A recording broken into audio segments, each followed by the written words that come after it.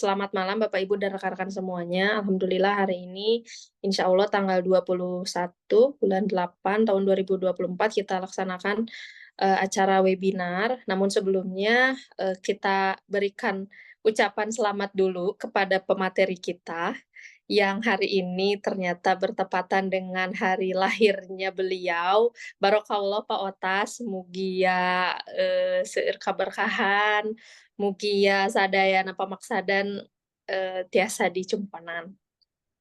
Gitu. Amin. Amin. Oke, Bapak Ibu, sebelum saya mulai, izinkan saya di sini, perkenalkan saya Irna Khaleda Nurmeta. Di sini saya dari dosen PGSD UMI yang diamanahi oleh beliau untuk menjadi moderator di acara webinar malam hari ini. Izinkan saya untuk menyampaikan susunan acara terlebih dahulu, di mana yang pertama ialah pembukaan, yang kedua adalah sambutan dari Kepala SD Negeri Cicadas, lalu setelah itu kita memasuki materi diseminasi oleh Bapak Otas, dan setelah itu baru tanya jawab untuk 3 orang penanya, dan juga penutup, lalu diakhiri oleh sesi foto bersama.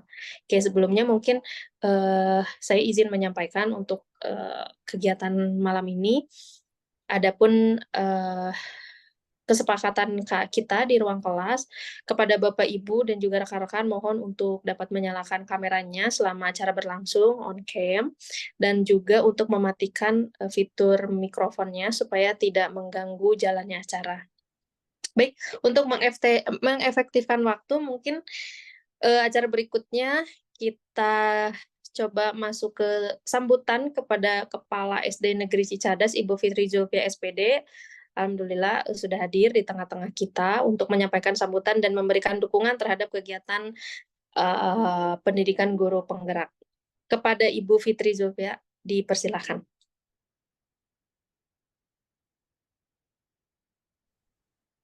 Ya, baiklah. Terdengar tidak? Terdengar, Ibu. Oh ya. Assalamualaikum warahmatullahi wabarakatuh. Selamat malam, salam sejahtera untuk kita semua. Mudah-mudahan pada malam hari ini kita dilindungi oleh Allah Subhanahu Wa Taala. Sebelumnya saya ucapkan Barakallahu fi umrik untuk Pak Otas ya, yang pada hari ini tepat sekali dengan hari lahir Pak Otas ya. Mudah-mudahan saja diberikan kemudahan dan kelancaran dalam semua atau dalam segala urusannya. Amin. Baiklah, terima kasih kepada Ibu Moderator, yaitu Ibu Irna Khaleda Nurmeta MPD, yang telah memberikan kesempatan untuk sepatah atau dua patah kata untuk kelangsungan acara ini, dan saya pun sangat mensupport dengan kegiatan Pak Otas sebagai CGP. Mudah-mudahan menjadi motivasi bagi rekan-rekan guru di sekolah.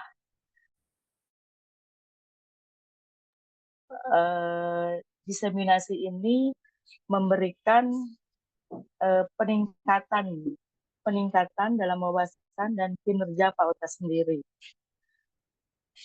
Pada malam hari ini, mungkin diseminasi yang akan disampaikan atau bertema mengenai transformasi disiplin positif dari hukuman menuju restitusi yang efektif. Mudah-mudahan saja bisa Pak Otas sendiri bisa merealisasikan di sekolah Cicadas khususnya, dan mudah-mudahan menjadikan wawasan untuk kita semua yang hadir pada malam hari ini. Kepada Pak Otas, semangat, tetap semangat, teruslah berkreasi untuk kemajuan dunia pendidikan Indonesia. Hanya seperti itu. Dukungan saya baik moral maupun moralnya kepada Pak Otas, dan tetap semangat. Wabillahi taufiq wal hidayah. Wassalamualaikum warahmatullahi wabarakatuh. Waalaikumsalam warahmatullahi wabarakatuh. Ibu Fitri, hatur nuhun atas sambutannya, dukungannya, supportingnya kepada kami dan khususnya kepada Bapak Otas. Baik, selanjutnya adalah penyampaian materi dari Pak Otas, namun sebelumnya izinkan saya untuk menyampaikan CV dari beliau, di mana Bapak Otas Agustina SPD adalah seorang pendidik yang memang berdedikasi di latar belakang akademis. Beliau mengenyam pendidikan di SMKN 10 Bandung, tepatnya mengambil jurusan karawitan itu pada tahun 2011. Lalu melanjutkan pendidikan di pendidikan guru sekolah dasar Universitas Terbuka dan selesai pada tahun 2019. Dan pada tahun 2023, beliau menyelesaikan sertifikasi guru melalui program pendidikan profesi guru atau PPG di Universitas Pakuan. Oke. Lalu saat ini beliau sedang mengikuti program pendidikan guru penggerak angkatan 11 ya, di mana beliau terus berkomitmen untuk memajukan pendidikan dan pelestarian budaya melalui pendekatan yang kreatif dan inovatif. Adapun pengalaman beliau saat ini ialah pengalaman bekerja ataupun mengajar di SD Negeri Mangkalaya 2 itu dari tahun 2011 sampai 2022. Tepatnya beliau mendapatkan amanah sebagai bidang pengembangan minat bakat siswa. Lalu di tahun 2022 beliau mengajar di SD Negeri Cicadas sampai dengan sekarang, di mana beliau diamanahi sebagai Ketua TPPK SD Negeri Cicadas dan Bendahara BOS SD Negeri Cicadas. Adapun keterampilannya seperti sudah kita ketahui bahwa beliau memang sangat mahir ahli di bidang seni tradisional Sunda dan juga public speaking-nya. Baik, tidak berlama-lama mungkin sekarang kita serahkan kepada Bapak Otas Agustina untuk menyampaikan materinya yang insya Allah hari ini akan menambah wawasan kita, terutama dalam transformasi disiplin positif dari hukuman menuju restitusi yang efektif. Kepada Bapak Otas Agustina dipersilakan. Baik, terima kasih Bu Erna selaku moderator yang luar biasa spesial bagi saya bisa dimoderatori Ibu Irna pada kegiatan webinar diseminasi malam hari ini. Juga tentunya Bismillahirrahmanirrahim. Assalamualaikum warahmatullahi wabarakatuh. Waalaikumsalam warahmatullahi wabarakatuh. Assalamualaikum warahmatullahi wabarakatuh. Alhamdulillah Bapak dan Ibu, puji serta syukur kita panjatkan kepada Ilahi Rabbi bahwasanya pada malam hari ini kita dapat diperkenankan untuk bersilaturahim walaupun dalam via maya, kita dalam daring, namun insya Allah kita tetap saling menguatkan support kita bersama-sama saling berkoneksi. Bapak dan Ibu yang kami hormati, yang pertama saya izin untuk mengapresiasi terlebih dahulu bagi Bapak dan Ibu, rekan-rekan semua, juga barangkali tentunya hadir adik-adik dari mahasiswa calon guru yang luar biasa, tetap semangat untuk kita bersama-sama saling berbagi dan belajar untuk sama-sama saling menguatkan kompetensi kita bersama agar kita bisa memberikan pelayanan yang terbaik bagi peserta didik kita di masa yang akan datang. Baik Bapak dan Ibu, pada malam hari ini kita sudah ketahui bersama bahwa materi yang menjadi titik fokus kita dalam pembahasan malam hari ini adalah bagaimana terkait dengan transformasi disiplin positif dari hukuman menuju restitusi yang efektif. Sebelum kita lanjutkan ke acara pembahasan materi, barangkali rekan-rekan yang on cam, berkenan on cam, saya ada beberapa hal yang ingin saya tunjukkan terlebih dahulu. Barangkali dari Bapak dan Ibu rekan-rekan yang bisa berkenan on cam, silakan untuk on cam terlebih dahulu. Baik, izinkan saya untuk share screen.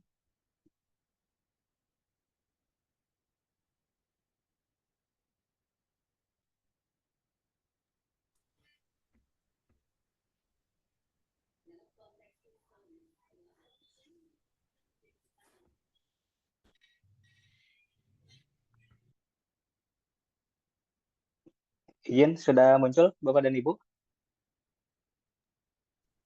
Sudah, Pak. Sudah. Pak. Ya, baik. Bapak dan Ibu, malam hari ini izinkan saya selama kurang lebih 75 menit ke depan membersamai kita bersama-sama untuk belajar dan berbagi.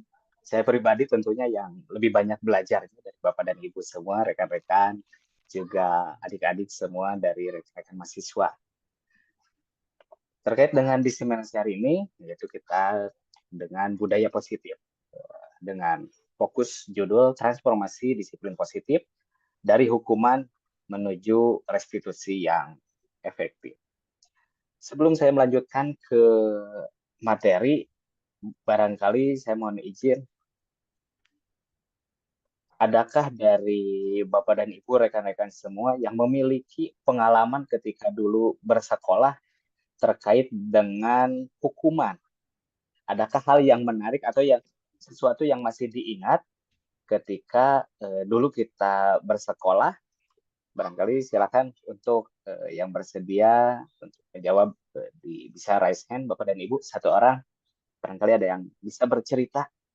Kita mengingat bagaimana ketika dulu kita bersekolah terkait dengan mendisiplinkan itu, kita juga pernah barangkali terkena dengan hukuman-hukuman yang ada di sekolah yang berlaku pada saat itu. Silakan Bapak dan Ibu, rekan-rekan semua, atau adik-adik juga dari mahasiswa, kita bareng-bareng.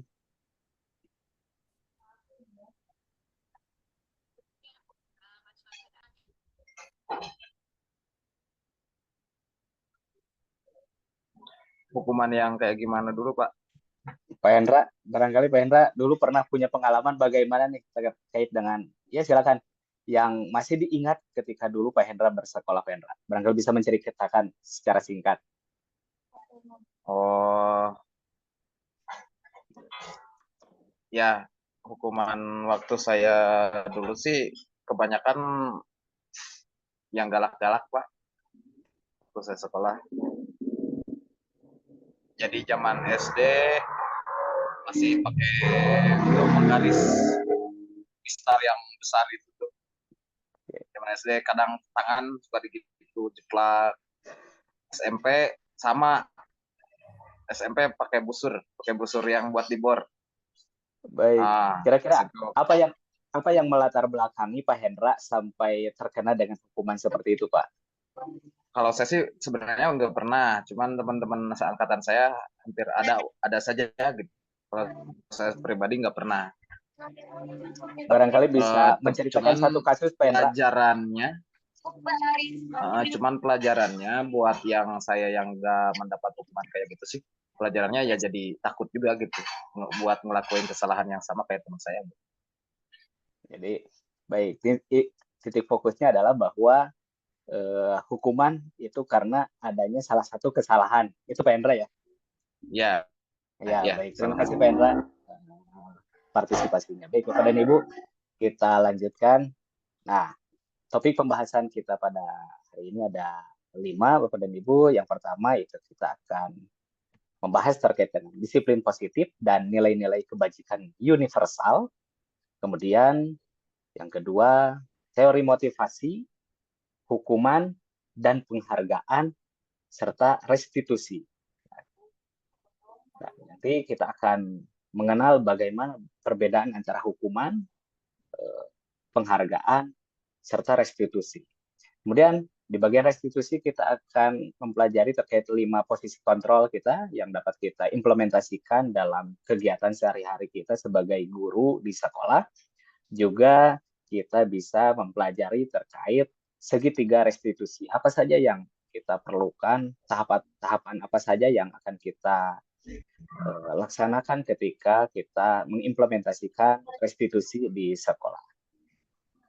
Selanjutnya, tujuan pembahasan topik pertama yaitu terkait dengan menjelaskan makna kontrol dari paparan teori kontrol Dr. William Glasser, serta miskonsepsi yang terjadi di kehidupan sehari-hari, serta dapat menjelaskan perubahan paradigma stimulus respon kepada teori kontrol. Kemudian menjelaskan makna disiplin positif, serta mengamati penerapannya di lingkungan.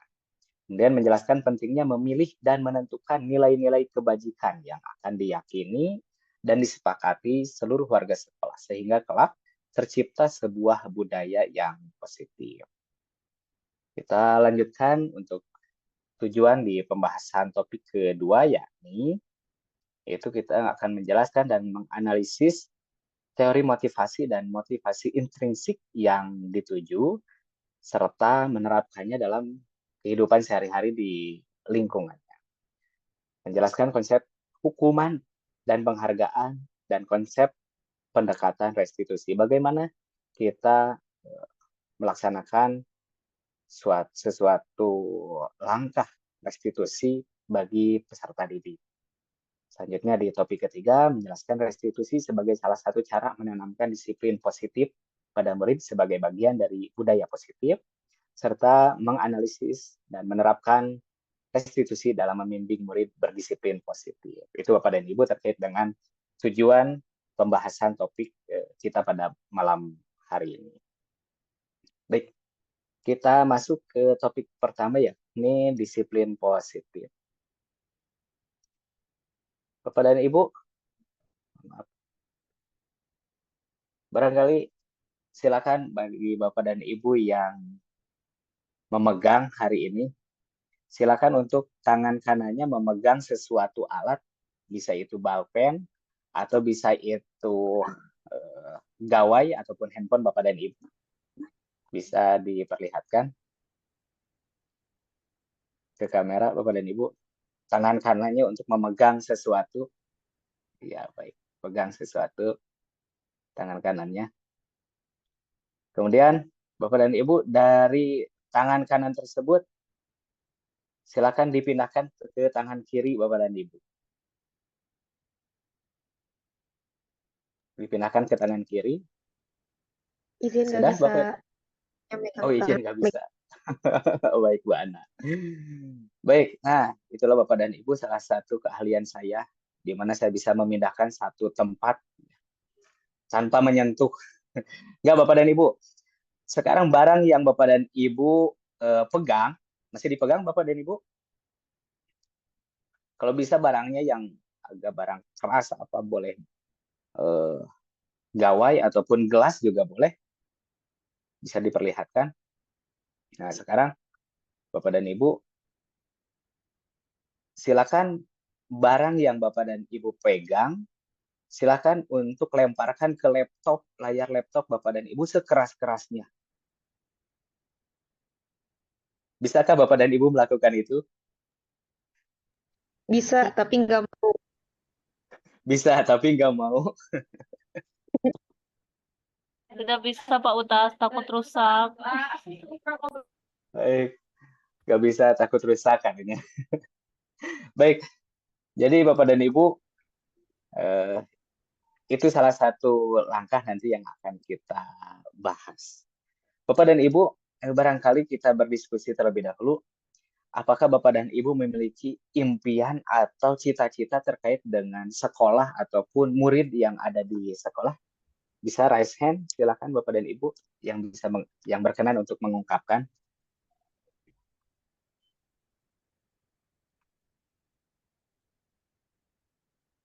Silakan Bapak dan Ibu.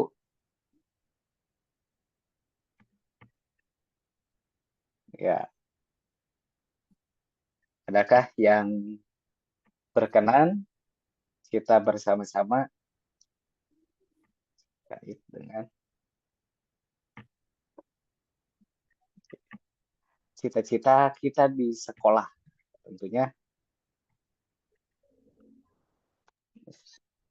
Nah, ini adalah Bapak dan Ibu. Bagaimana Bu Ana? Ya, silakan Bu Ana. Terima kasih. Silakan Bu. Cita-cita saya untuk anak-anak di kelas ya. Ya, silakan boleh. Satu aja ya, dari sekian banyak cita-cita. Boleh, silakan. Menjadikan anak-anak yang soleh-solehah. Itu dulu. Luar biasa. Amin. Untuk kira-kira untuk sekolahnya Bu Ana merindukan suasana sekolah yang seperti apa Bu Ana? Suasana berkolaborasi, yang saling bekerja sama, yang saling mendukung, bisa saling mengisi, mungkin seperti itu. Oke, baik. Luar biasa Bu Ana. Terima kasih Bu Ana jawabannya. Ya, Bapak Sama-sama, dan Pak Ibu, Uta. ya, tentunya kita bersama-sama semua, kita sebagai guru memiliki cita-cita ataupun harapan, ataupun juga impian terkait dengan bagaimana tempat kita bekerja, ataupun tempat kita bersama peserta didik, bagaimana peserta didik itu bisa tumbuh secara optimal. Ini tentunya ini adalah harapan atau cita-cita kita bersama. Sekolah yang bagaimana kita merindukan adalah di mana di sekolah tersebut pendidik yang reflektif, gemar belajar, berbagi, dan tentunya tadi sesuai yang Bu Ana utarakan yaitu berkolaborasi. Juga sekolah yang pembelajarannya bisa berpusat pada murid terkait dengan kebutuhan peserta didik sesuai kodrat alam dan kodrat zaman yang dimilikinya. Keunikan-keunikan dari peserta didik tersebut. Ya. Kemudian kita juga merindukan iklim sekolah yang aman, inklusif, dan merayakan kebinekaan. Nah, ini adalah salah satunya lingkungan yang aman dan nyaman berbasis disiplin positif di sekolah akan berdampak secara maksimal pada perkembangan dan pembentukan karakter peserta didik. Dan tentunya Bapak dan Ibu, kita seringkali mendengar bahwa lingkungan itu sangat mempengaruhi terkait dengan karakter seseorang. Ya. Baik, kita lanjut. Nah, terkait dengan tadi Bapak dan Ibu, tadi saya sudah meminta Bapak dan Ibu untuk berkenan melemparkan salah satu barang yang dipegang ke layar laptop Bapak dan Ibu. Tadi ada yang bilang, bisa, tapi saya tidak mau. Jadi, kira-kira Bapak dan Ibu siapa yang berkenan untuk menjawab, bisakah kita mengontrol seseorang? Silakan Bapak dan Ibu. Boleh langsung di-unmute saja mikrofonnya. Boleh silakan langsung jawab. Bisakah kita mengontrol seseorang terkait dengan ilustrasi yang tadi sudah kita Bisa, demonstrasikan? bisa, Bisa Bu Ana?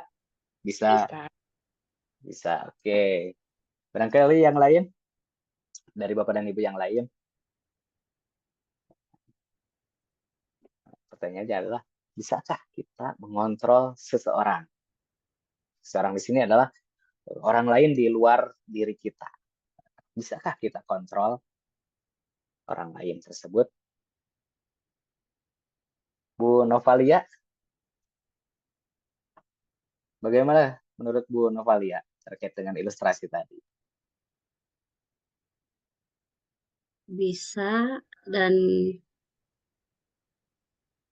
bisa mungkin Pak bisa.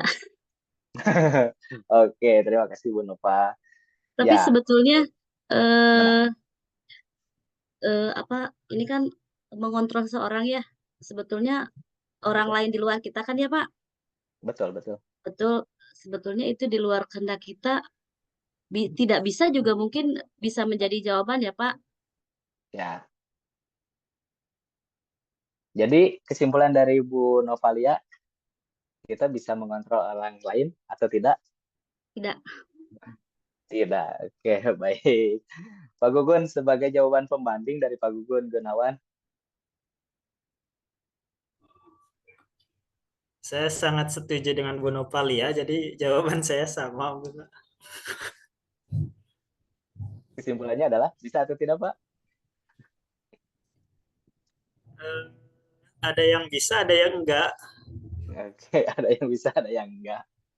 Baik, terima kasih Pak Gugun. Ya, Bisa, sepertinya bisa, Pak. sepertinya bisa. Bisa Jawabannya adalah seperti menggunakan kata-kata itu ya, diarahkan.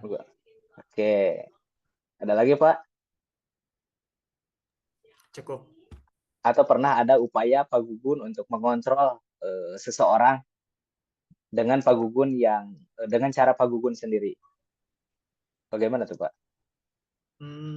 Kalau mungkin anak-anak di sekolah, bukan mengontrol ya, mengarahkan mungkin. Apakah mengarahkan juga mengontrol? Oke, baik Pak Gugun. Luar biasa jawabannya Pak Gugun. Nah, ini bisakah kita mengontrol seseorang?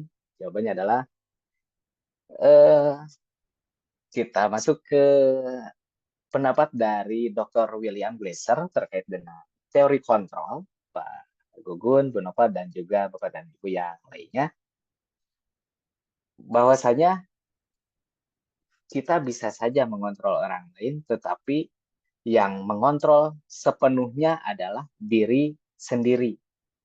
Ya, contoh seperti tadi, saya bisa saja mengontrol Bapak dan Ibu untuk memindahkan suatu barang, dan dari tangan kanan ke tangan kiri Bapak Ibu berkenan untuk memindahkan, dan ketika saya ingin mengontrol Bapak dan Ibu, silakan lempar barang tersebut ke layar laptop, dan ternyata tidak berhasil apa yang saya upayakan tersebut. Ternyata Bapak dan Ibu tidak bisa saya kontrol sepenuhnya. Nah, jadi siapa yang bisa mengontrol? Ya, itu adalah diri kita sendiri. Kita masuk ke dalam teori kontrol dari Dr. William Glasser dalam kontrol teori. Itu terdapat miskonsepsi tentang makna kontrol itu sendiri, Pak Gugun. Yang pertama adalah di lapangan bahwa kita seringkali menganggap bahwa guru itu bisa mengontrol murid. Nah, ternyata berdasarkan pendapat dari William Glasser, itu adalah pada dasarnya kita tidak bisa memaksa murid untuk berbuat sesuatu jikalau murid tersebut memilih untuk tidak melakukannya. Seperti tadi, Bapak dan Ibu ketika memilih tidak melakukan hal tersebut, maka tidak bisa saya kontrol. Nah, itu adalah sebagai gambaran bagaimana adalah yang sepenuhnya dapat mengontrol itu adalah hanya diri sendiri. Jadi murid pun tidak bisa kita kontrol sepenuhnya, karena yang mengontrol secara kuat sepenuhnya adalah murid tersebut. Dan kemudian kontrol guru menjadi kebutuhan dasar yang dipilih murid tersebut ketika memang murid tersebut berkenan untuk dikontrol seperti tadi Bapak dan Ibu. Teori kontrol menyatakan bahwa semua perilaku memiliki tujuan, bahkan terhadap perilaku yang tidak sesuai. Kemudian yang kedua adalah seringkali kita menganggap bahwa semua penguatan positif, efektif, dan bermanfaat itu adalah hanya ilusi, bahwa ternyata penguatan positif baik itu dalam bentuk bujukan, bentuk-bentuk kontrol yang bermanfaat ataupun yang positif, itu ternyata tidak selalu dapat mempengaruhi murid agar mengulangi suatu perilaku tertentu. Nah, kemudian usaha untuk mengontrol murid tersebut, sehingga dalam jangka waktu tertentu kemungkinan murid tersebut akan menyadari dan bisa saja menolak bujukan apa yang kita sampaikan kepada murid. Kemudian yang ketiga adalah ilusi bahwa kritik dan membuat orang bersalah, ilusi bahwa kritik dan membuat orang merasa bersalah dapat menguatkan karakter. Nah, seringkali kita merasa bahwa mengkritik orang lain secara tajam ataupun menunjukkan kita membuat orang lain merasa bersalah itu dapat menguatkan karakter. Itu adalah sebuah ilusi, karena menggunakan kritik dan rasa bersalah untuk mengontrol murid menuju pada identitas kegagalan. Mereka belajar untuk merasa buruk. Jadi murid kita itu akan merasa buruk ketika kita terus-terusan dia untuk merasa bersalah. Dan kemudian yang keempat adalah ilusi bahwa orang dewasa memiliki hak untuk memaksa.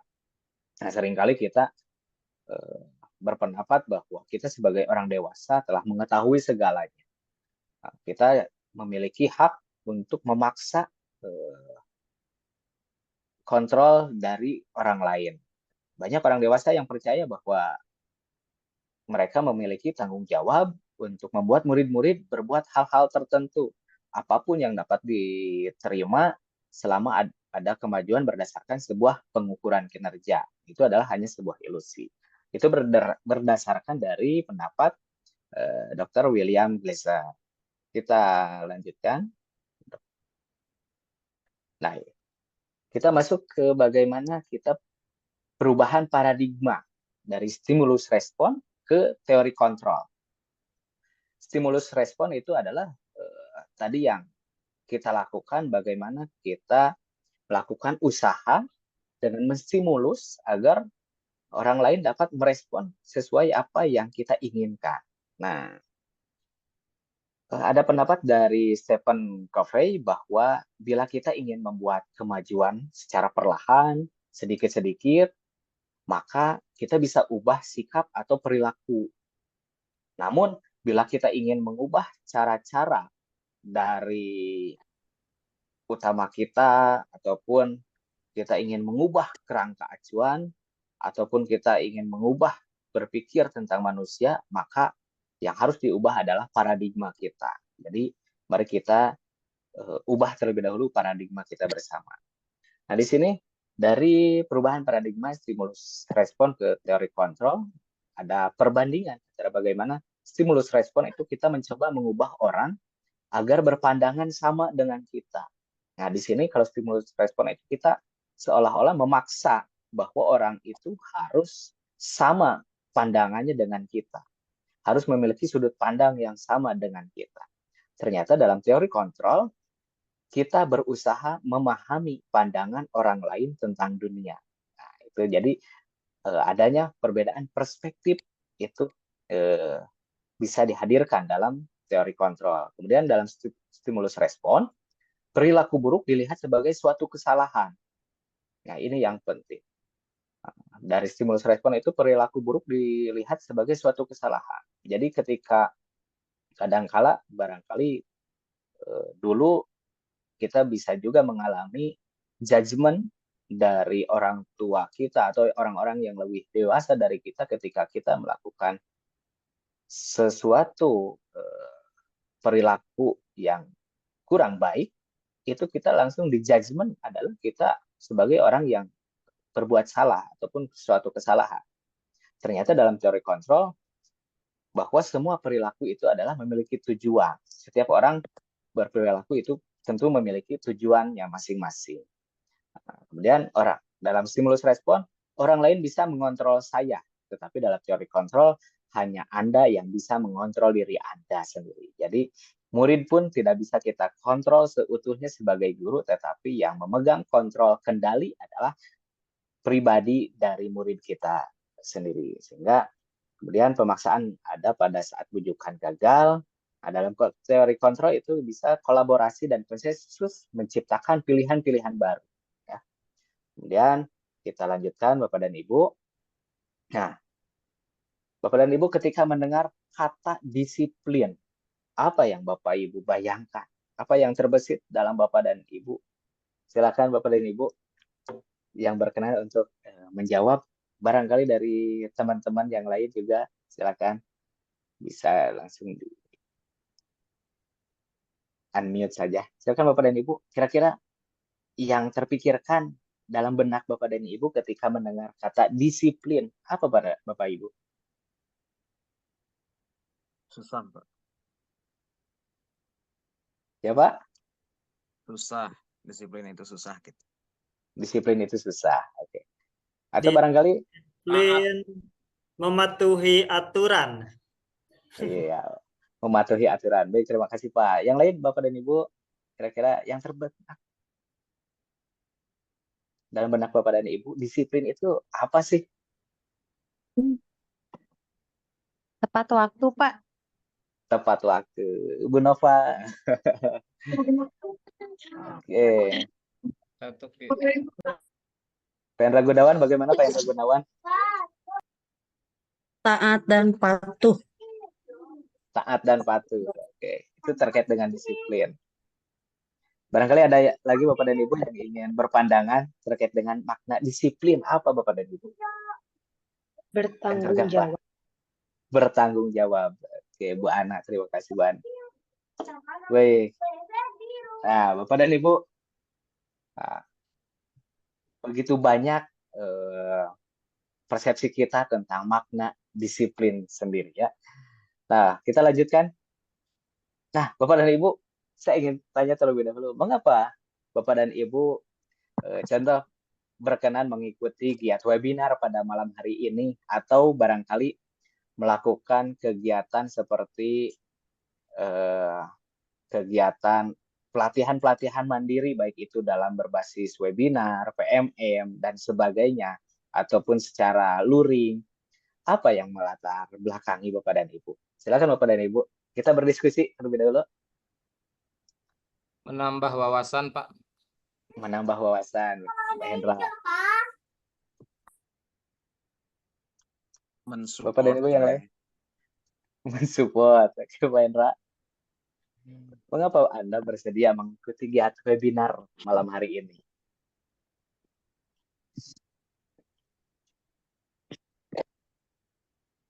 Pak Gugun? Menambah ilmu, Pak. Iya, Bu Pepi, menambah ilmu. Ada lagi Bu Pep? Bagaimana jika dirangkaikan dengan suatu kalimat? Mengapa? Menambah ilmu serta mencari pengalaman baru, dan yang lebih pentingnya untuk bertemu dengan Bapak narasumber. Oke, luar biasa. Terima kasih Bu Pep. Silakan barangkali dari Bapak dan Ibu yang lain.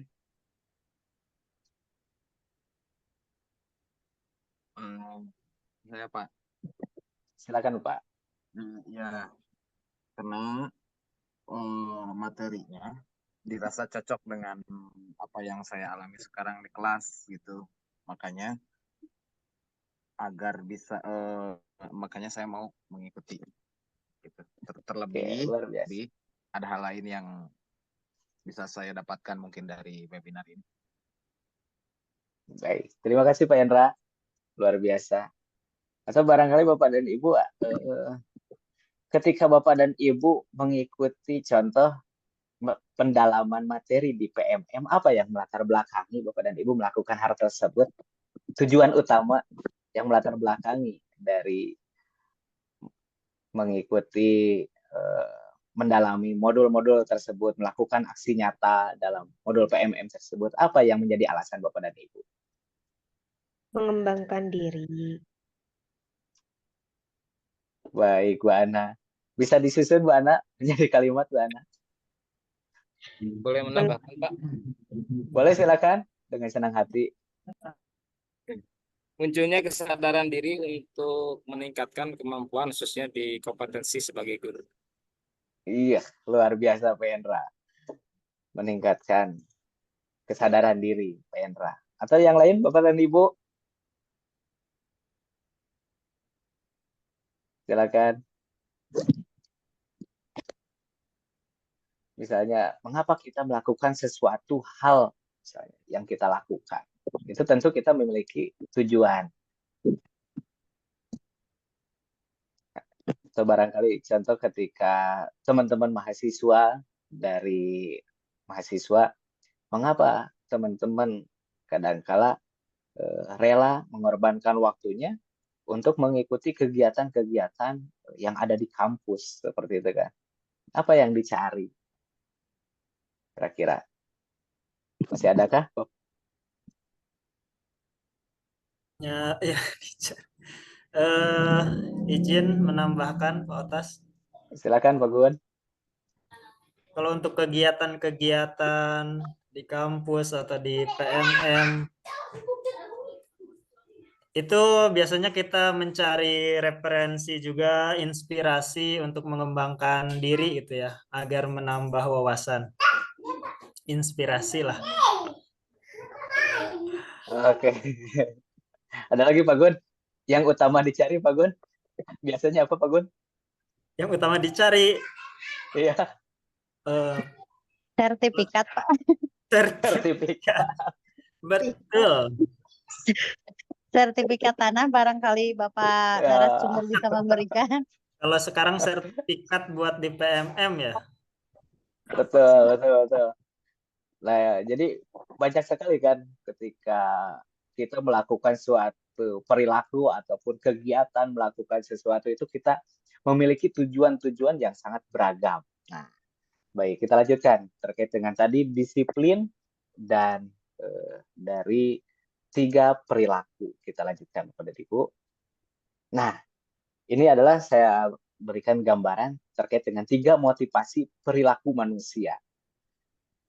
Itu yang pertama Bapak dan Ibu, kadangkala kita itu untuk menghindari ketidaknyamanan atau hukuman.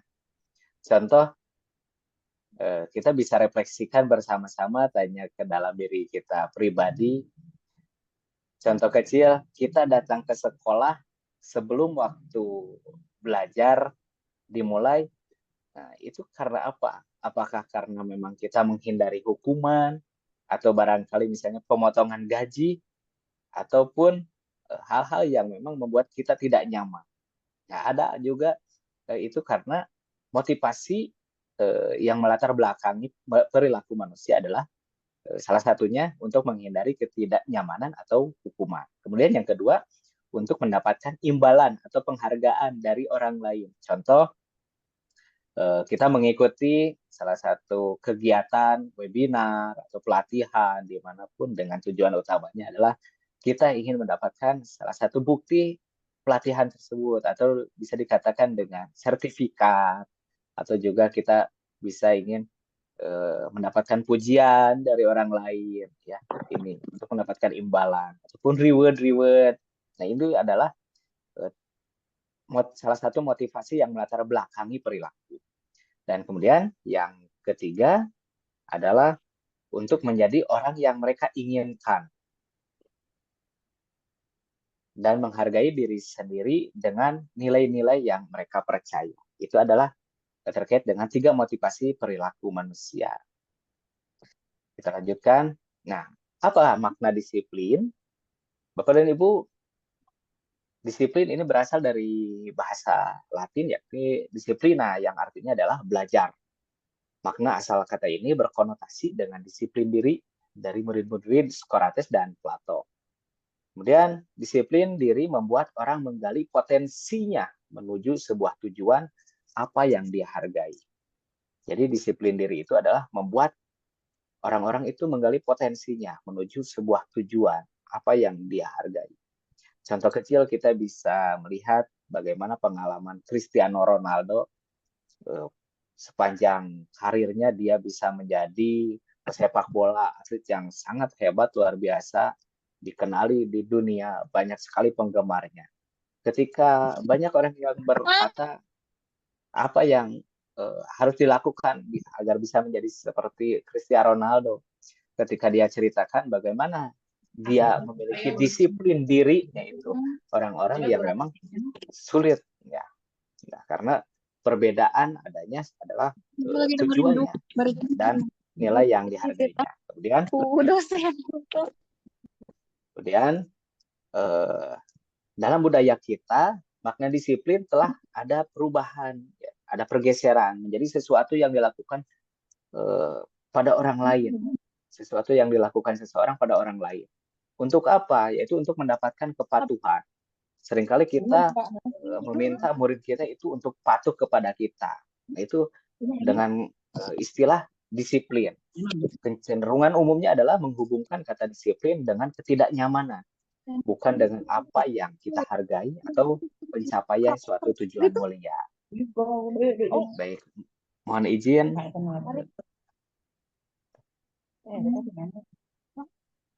Teman-teman, rekan-rekan, mohon izin ya, di-mute sesaat ya. Baik, kemudian apa tujuan dari disiplin?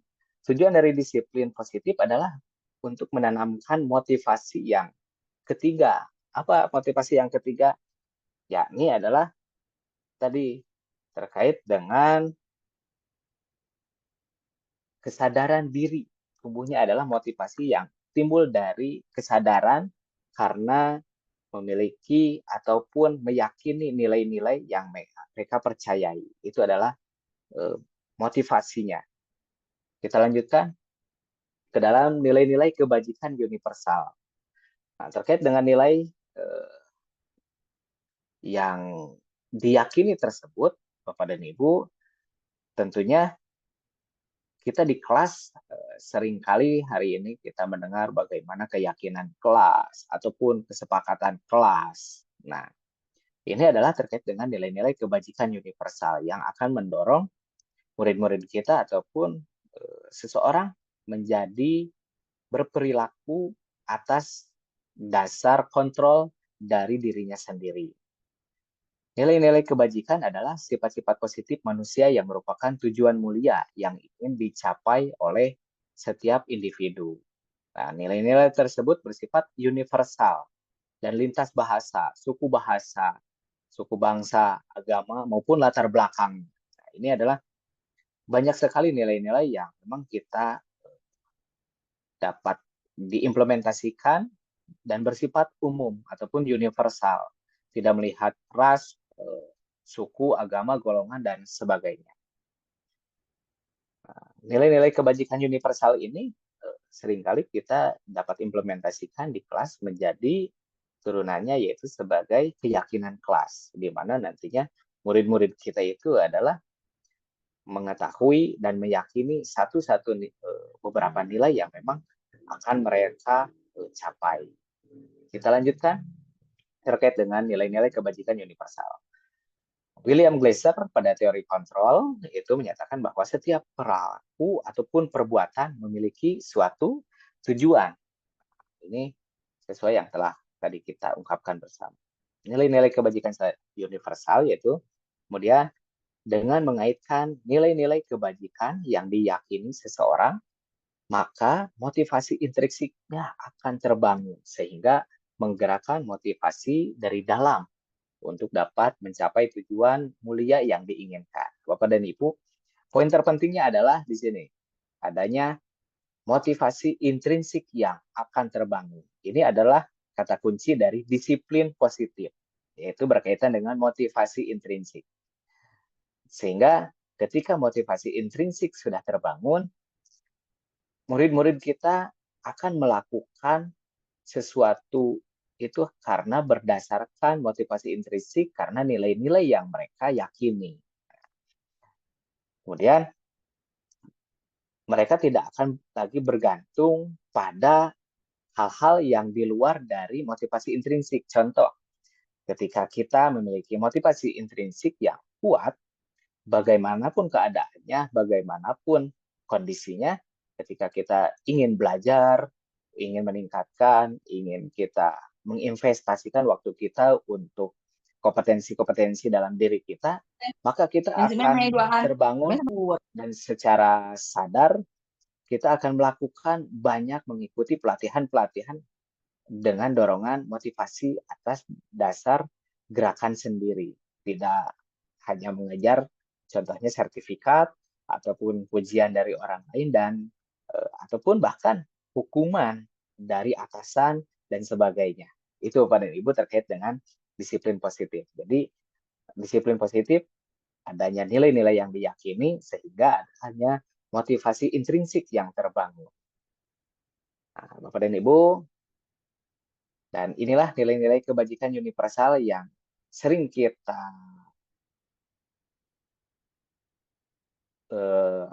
bahas bersama-sama di kelas, baik bersama murid-murid ataupun di sekolah kita. Ini menjadi profil pelajar Pancasila. Ada yang pertama yaitu beriman dan bertakwa kepada Tuhan Yang Maha Esa, mandiri, kemudian berkebinekaan global, bergotong royong, serta memiliki kreatif.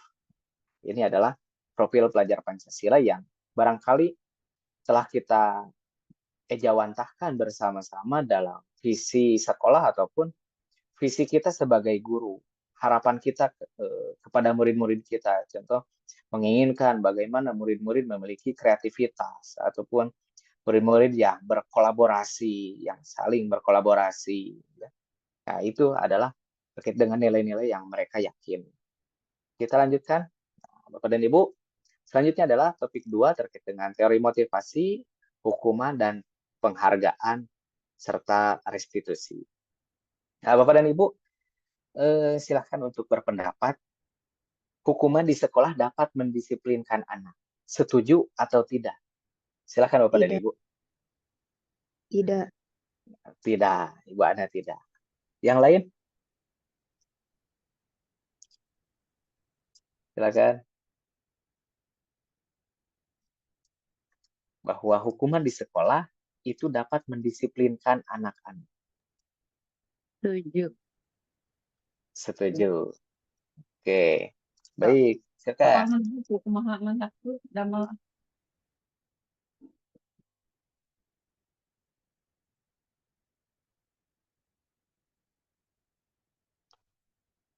Baik, Bapak dan Ibu silakan. Setuju, Pak. Apakah setuju? Atau barangkali ada yang tidak setuju bahwa hukuman di sekolah dapat mendisiplinkan anak-anak? Ya, setuju atau tidak? Silakan. Atau barangkali bisa juga mengungkapkan dengan alasannya kira-kira kenapa setuju dan mengapa tidak setuju. Silakan Bapak dan Ibu. Setuju, Pak. Iya, baik. Hukuman di sekolah dapat mendisiplinkan anak-anak. Lalu yang kedua, bagaimana dengan pemberian hukuman dengan hal positif seperti membaca atau membersihkan halaman sekolah dapat meningkatkan disiplin anak. Setuju atau tidak, Pak, Ibu? Pemberian hukuman dengan hal positif Setuju. seperti membaca atau membersihkan halaman sekolah dapat meningkatkan disiplin anak. Setuju atau tidak? Setuju, Pak. Dibanding dengan nomor 1, saya setuju dengan nomor 2. Oke, baik. Terima kasih, Bu. Kayaknya saya lebih setuju nomor 2 dibanding nomor 1. Nah, kemudian kita lanjut ke yang nomor 3. Memberi penghargaan dapat meningkatkan motivasi belajar anak. Betul atau tidak? Setuju atau tidak? Ketika kita memberi penghargaan dapat meningkatkan motivasi belajar anak. Tidak. Setuju, Pak. Setuju. Setuju. Setuju, Pak. Tidak. Oke. Ada yang tidak, ada yang setuju. Setuju, Kira-kira Pak. Setuju, apa Pak. yang membuat setuju, Bu? Kadang kalau penghargaan itu seperti self reward ya, jadi Ya. membuat anak tuh termotivasi mungkin untuk belajar gitu. Jadi ada semangat, ada motivasinya gitu. Anggap penghargaan itu self reward buat anak gitu. Oke, luar biasa.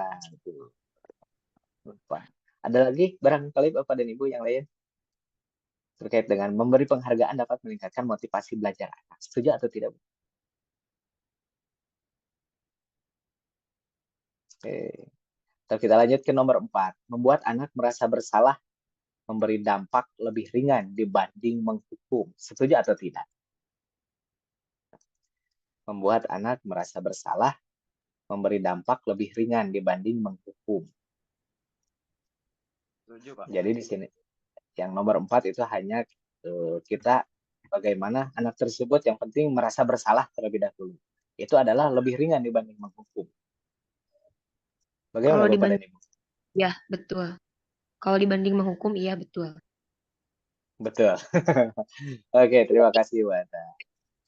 Lebih ringan Baik. dibanding berarti iya betul. Iya. Membuat anak merasa bersalah memberi dampak lebih ringan.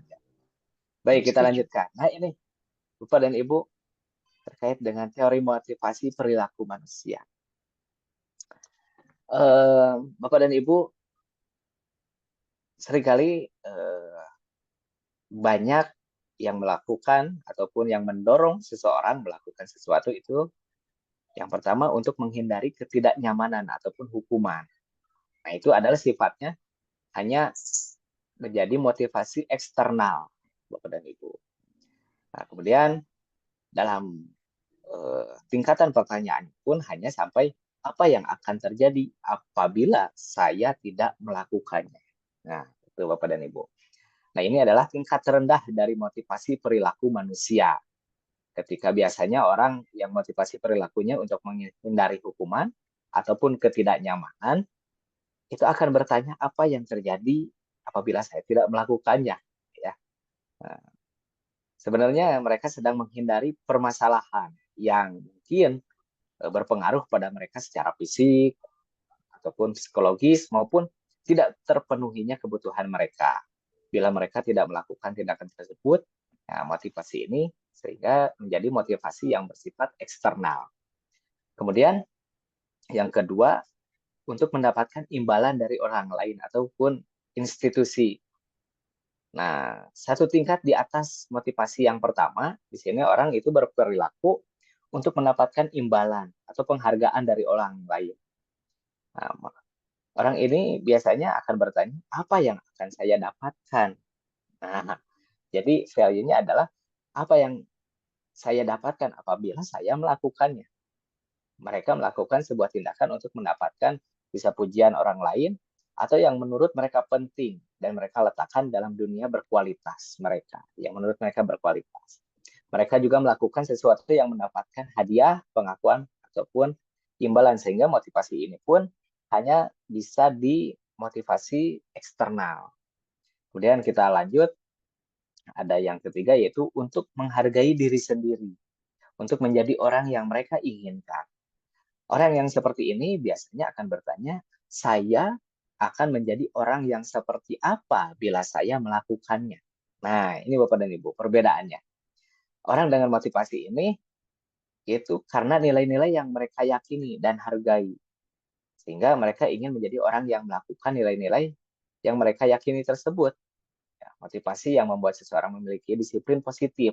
Nah, karena motivasi berperilakunya bersifat internal, bukan eksternal. Nah, itu Bapak dan Ibu. Jadi konsepnya adalah bahwa ternyata disiplin positif itu adalah motivasi yang berperilakunya bersifat internal.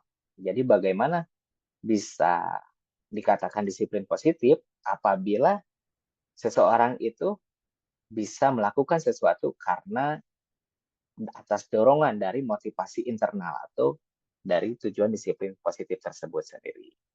Baik, kita lanjutkan juga. Nah, bagaimana kata Ki Hajar Dewantara?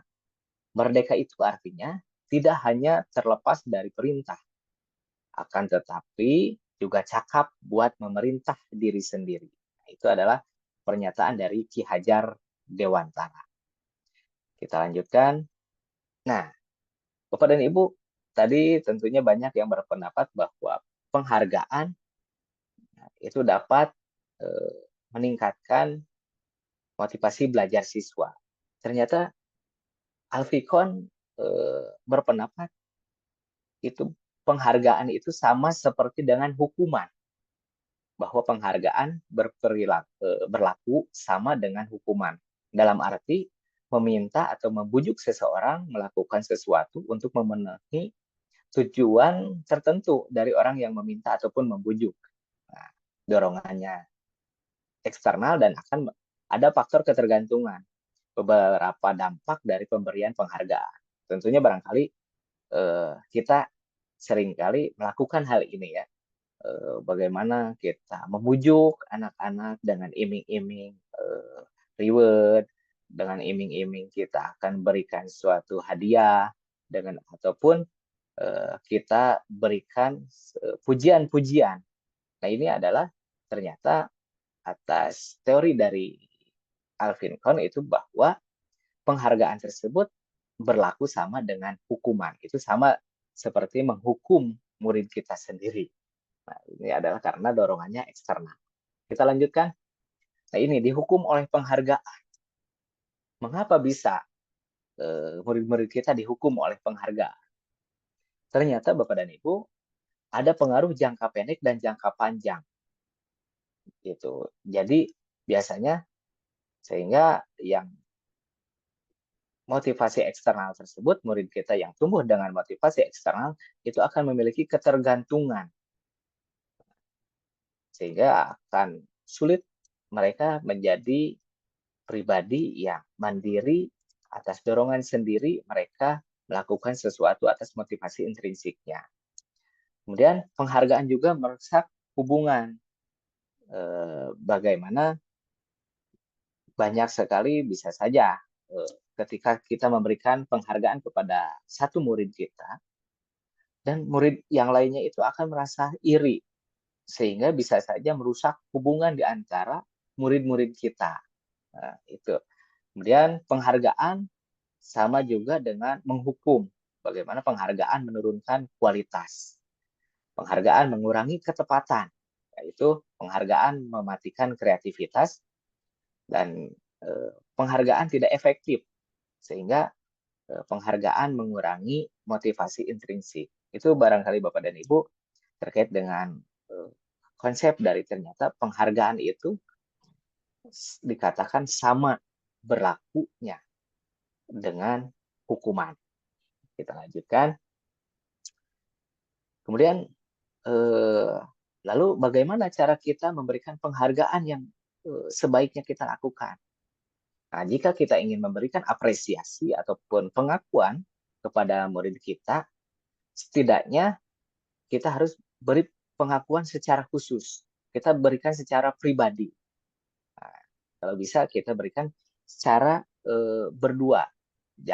Kalau bisa jangan sampai di depan, ternyata jangan sampai di depan murid-muridnya ya, teman-temannya yang lain. Beri pengakuan secara pribadi dan juga beri pengakuan kepada semua murid secara bergantian. Ini dengan sistem berkeadilan bahwa semua murid kita berhak kita apresiasi. Kemudian beri pengakuan juga secara konsisten. Ya. Dan yang terpenting adalah kita apresiasi, fokus pada prosesnya. Itu Bapak dan Ibu adalah beberapa langkah yang bisa kita lakukan ketika kita ingin memberikan apresiasi atau pengakuan kepada murid-murid kita. Agar apa yang kita lakukan tersebut, penghargaan yang kita lakukan tersebut tidak seperti kita sedang menghukum murid kita. Baik, kita lanjutkan. Ini adalah salah satu contoh pengakuan ataupun apresiasi kebajikan. Pembukanya seperti ini Bapak dan Ibu bisa menggunakan kalimat, kemarin Bapak perhatikan bahwa Ananda itu bisa dengan secara ngobrol berdua. Ternyata rasa empatimu besar sekali. Nah, itu ketika anak tersebut sudah menolong teman-teman di kelasnya. Nah, itu bisa kita katakan berdua. Nah, kemarin Bapak perhatikan ternyata kamu sangat luar biasa, memiliki rasa simpati yang bagus. Kamu sangat peduli kepada teman. Nah, itu. Terima kasih, Nak. Tanggung jawabmu sangat baik. Kamu sudah melaksanakan tugas, kamu sudah memungut kertas-kertas yang berserakan di lantai. Itu kamu sangat luar biasa. Nah, itu kita berikan secara khusus, secara pribadi kepada murid-murid kita yang akan kita berikan pengakuan ataupun apresiasi. Baik, Bapak dan Ibu, kita lanjutkan kembali. Nah, Bapak dan Ibu, tentunya di balik hukuman itu ada juga konsekuensi. Itu sering berjalan berdampingan. Ada hukuman, ada juga konsekuensi. Silakan Bapak dan Ibu yang berkenan menjawab kalimat nomor 1. Mencatat 100 kali di dalam buku kalimat, saya tidak akan terlambat lagi. Karena terlambat ke sekolah itu bentuknya hukuman atau konsekuensi. Silakan Bapak dan Ibu untuk berpendapat.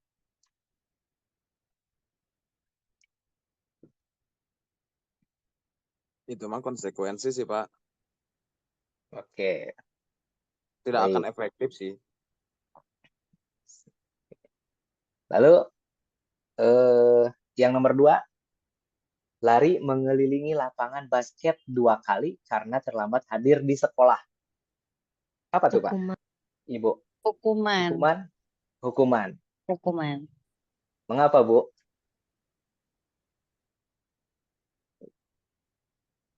Oke, ketika anak disuruh lari mengelilingi lapangan basket 2 kali, 2 putaran karena terlambat hadir. Itu berarti masuk ke hukuman ya, Bu? Oke, terima kasih. Kemudian yang ketiga, kalimat ketiga, Pak Gugun, murid diminta untuk push up 15 kali karena tidak menggunakan masker ke sekolah. Hukuman, Pak. Hukuman atau hukuman? Oke. Selanjutnya, menggantikan kertas tugas teman yang telah dicoret-coret. Ketika murid kita menyoret-nyoret kertas temannya dan mereka harus menggantikan kertas tugas Konsekuensi. tersebut. Konsekuensi. Yang ke-6, Pak, meminta murid tidak mengenakan sepatu seharian di sekolah karena tidak menggunakan sepatu hitam. Apa itu, Pak? Hukuman. Oke. Silakan. Yang lain barangkali Bapak dan Ibu. Lari mengelilingi lapangan basket 2 kali karena terlambat 10 menit untuk pelajaran PJOK. Hukuman atau konsekuensi? Konsekuensi itu. Hukuman. Ada yang Konsekuensi. hukuman, ada yang konsekuensi. Apa tuh? Lari mengelilingi lapangan basket 2 kali karena terlambat 10 menit untuk pelajaran PJOK. Ini konsekuensi deh, Pak. Bagaimana ya? Kata Pak Hendra konsekuensi. Bagaimana dengan yang lain, Bapak dan Ibu? Bisa jadi konsekuensi. Konsekuensi kayaknya, Pak. Konsekuensi. Apalagi pelajaran Baik. PJO. Bagaimana Bu An? Silakan. Lari karena mengelilingi. Baik. Jadi yang pertama, mencatat 100 kali dalam buku itu adalah hukuman. Hukuman ya, Bu? Yang satu. ya Baik, kita survei membuktikan coba. Nah, ini dia. Yang pertama itu ternyata hukuman. Ketika kita memberikan anak tugas untuk mencatat, saya tidak akan terlambat lagi. Ternyata itu kita sedang menghukum. Lari mengelilingi basket 2 kali karena terlambat hadir di sekolah itu hukuman. Murid diminta push up 15 kali karena tidak menggunakan masker, itu hukuman. Kemudian menggantikan kertas tugas teman yang dicoret-coret itu adalah konsekuensi. Karena dilakukan langsung ya, Pak. Ya, terus membersihkan tumpahan air di meja tulis karena tersenggol pada saat belajar. Itu adalah masuknya ke konsekuensi, betul. Baik, Bapak dan Ibu, kita lanjutkan. Nah, ini terkait dengan perbedaan. Ada hukuman, konsekuensi, dan restitusi. Nah, bagaimana hukuman itu ternyata identitas gagal, mendorong murid kita menuju identitas yang gagal. Ya. Sesuatu yang menyakitkan harus terjadi. Itu terkait dengan hukuman. Kemudian tidak nyaman untuk murid, untuk jangka waktu yang panjang. Seolah-olah juga korban mendapatkan keadilan. Dan juga murid ataupun anak akan tersakiti. Itu untuk hukuman. Sedangkan untuk konsekuensi dan restitusi, konsekuensi itu ada di level orange. Itu bisa juga menuju ke disiplin, itu sesuatu harus terjadi. Tidak nyaman untuk murid, jangka waktu pendek, korban bisa diabaikan, murid akan dibuat tidak nyaman. Kemudian yang terakhir itu dari restitusi, itu dari si jauh. Nah, ini yang menuju disiplin positif adalah menggunakan restitusi. Di mana restitusi merupakan pilihan. Juga menguatkan untuk murid atau anak dalam jangka waktu panjang. Nah, korban mendapatkan ganti sehingga murid ataupun anak mendapatkan penguatan. Ini adalah restitusi dan konsekuensi menuju disiplin dan setidaknya menuju ke identitas yang sukses. Nah, dan masih ada beberapa lagi Bapak dan Ibu. Sistem tidak akan berjalan bila murid tidak takut. Itu untuk dihukuman ya. Karena negatif. Nah, posisinya pun negatif. Dan yang tadi konsekuensi itu di netral dan posisi restitusi itu pada posisi positif, di mana murid akan menghormati dirinya dan orang lain. Itu ya, Bapak dan Ibu, kita lanjutkan. Ya, ini Bapak dan Ibu, restitusi. Apa itu restitusi? Nah, restitusi itu adalah menurut KBBI, Kamus Besar Bahasa Indonesia menyatakan bahwa ganti kerugian atau pembayaran kembali. Ini restitusi. Kemudian penyerahan bagian pembayaran yang masih bersisa. Kemudian juga ataupun penyesuaian spontan kepala bayi dengan badannya sesudah kepala keluar dari rahim ibu. Itu restitusi. Ya. Nah, ini menurut Gesen, restitusi adalah proses menciptakan kondisi bagi murid untuk memperbaiki kesalahan mereka, sehingga mereka dapat kembali ke kelompok mereka dengan karakter yang lebih kuat. Nah, jadi restitusi adalah proses menciptakan kondisi bagi murid kita untuk memperbaiki kesalahan mereka. Kita memberikan peluang kepada murid kita untuk memperbaiki kesalahannya.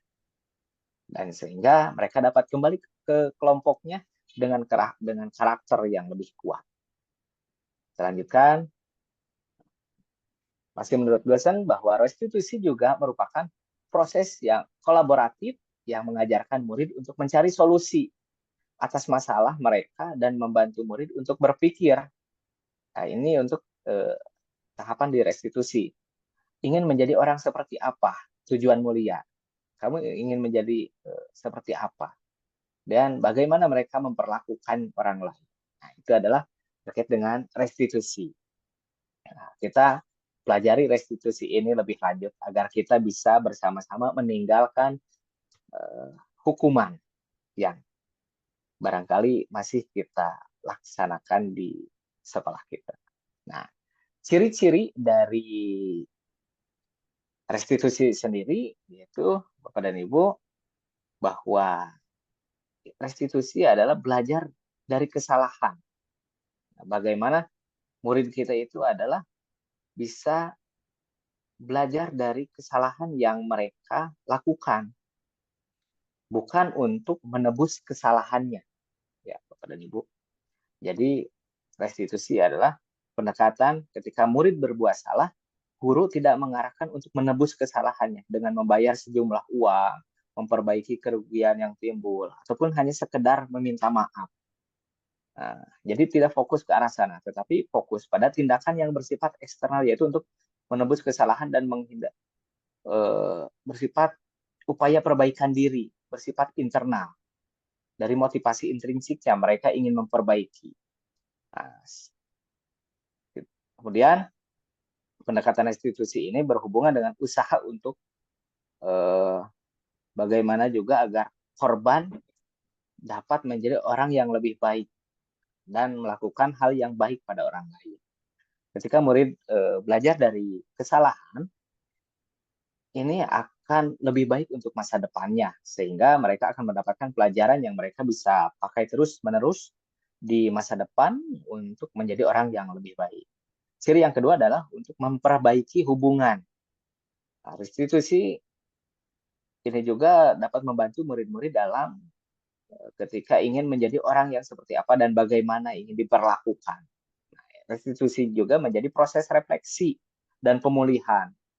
Proses ini dapat menciptakan kondisi yang aman bagi murid untuk menjadi jujur pada diri mereka sendiri dan mengevaluasi dampak dari tindakan mereka kepada orang lain. Itu ciri yang kedua. Kemudian yang ketiga, menawarkan bukan memaksa. Nah, kadang-kala kita sering memaksa ketika murid kita lakukan kesalahan, kita paksa mereka untuk melakukan sesuatu. Ternyata dalam restitusi itu tidak seperti itu, Bapak dan Ibu, karena restitusi adalah memberikan tawaran. Maka kita sebagai guru dalam proses restitusi akan bertanya, apa yang akan terjadi kalau saya tidak melakukannya? Misalnya, tidak suka konsekuensi yang guru sarankan, mereka mungkin akan setuju dan akan melakukannya. Nah, mereka akan percaya kalau menyakiti orang, maka juga akan tersakiti. Sehingga Bapak dan Ibu, pembicaraan dalam penawaran ini bersifat tawaran, bukan paksaan. Mereka memilih, silakan, kamu mau apa? Kita menawarkan. Ya. Kemudian restitusi itu menuntun diri. Yang keempat, restitusi diri adalah cara terbaik. Nah, sehingga restitusi diri adalah cara terbaik. Kemudian menuntun untuk melihat ke dalam diri, refleksi. Bagaimana murid kita kita ajak untuk merefleksi, mengevaluasi, serta mencari kebutuhan dasar yang mendasari tindakan. Karena kita ketahui bersama tadi bahwa segala tindakan itu ada tujuan. Kita cari apa kebutuhan dasar dari murid tersebut sehingga melakukan tindakan yang mereka lakukan. Kemudian berfokus pada karakter, bukan pada tindakan. Berfokus pada solusi, serta mengembalikan murid yang berbuat salah pada kelompoknya. Jadi, dalam restitusi ini berfokus pada solusi, sehingga tidak akan terjadi lagi kita mencari siapa yang salah dan siapa yang benar. Ketika ada murid kita yang bertikai, 2 orang bertikai, itu kita tidak akan fokus pada mana yang salah, mana yang benar. Tetapi kita akan mencari solusi secara bersama-sama, secara kolaboratif dengan murid kita. Baik, kita lanjutkan ke topik 3, Bapak dan Ibu. Untuk menjalankan restitusi tersebut, ada 5 posisi kontrol. Nah, ini. Dr. William Glasser, Jana Gosen menyimpulkan ada 5 posisi kontrol yang diterapkan oleh seorang guru ataupun oleh seorang atasan, ya biasanya.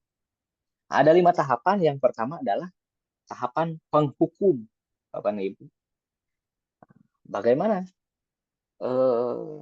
tahapan penghukum itu? Kemudian ada juga yang kedua adalah tahapan pembuat rasa bersalah.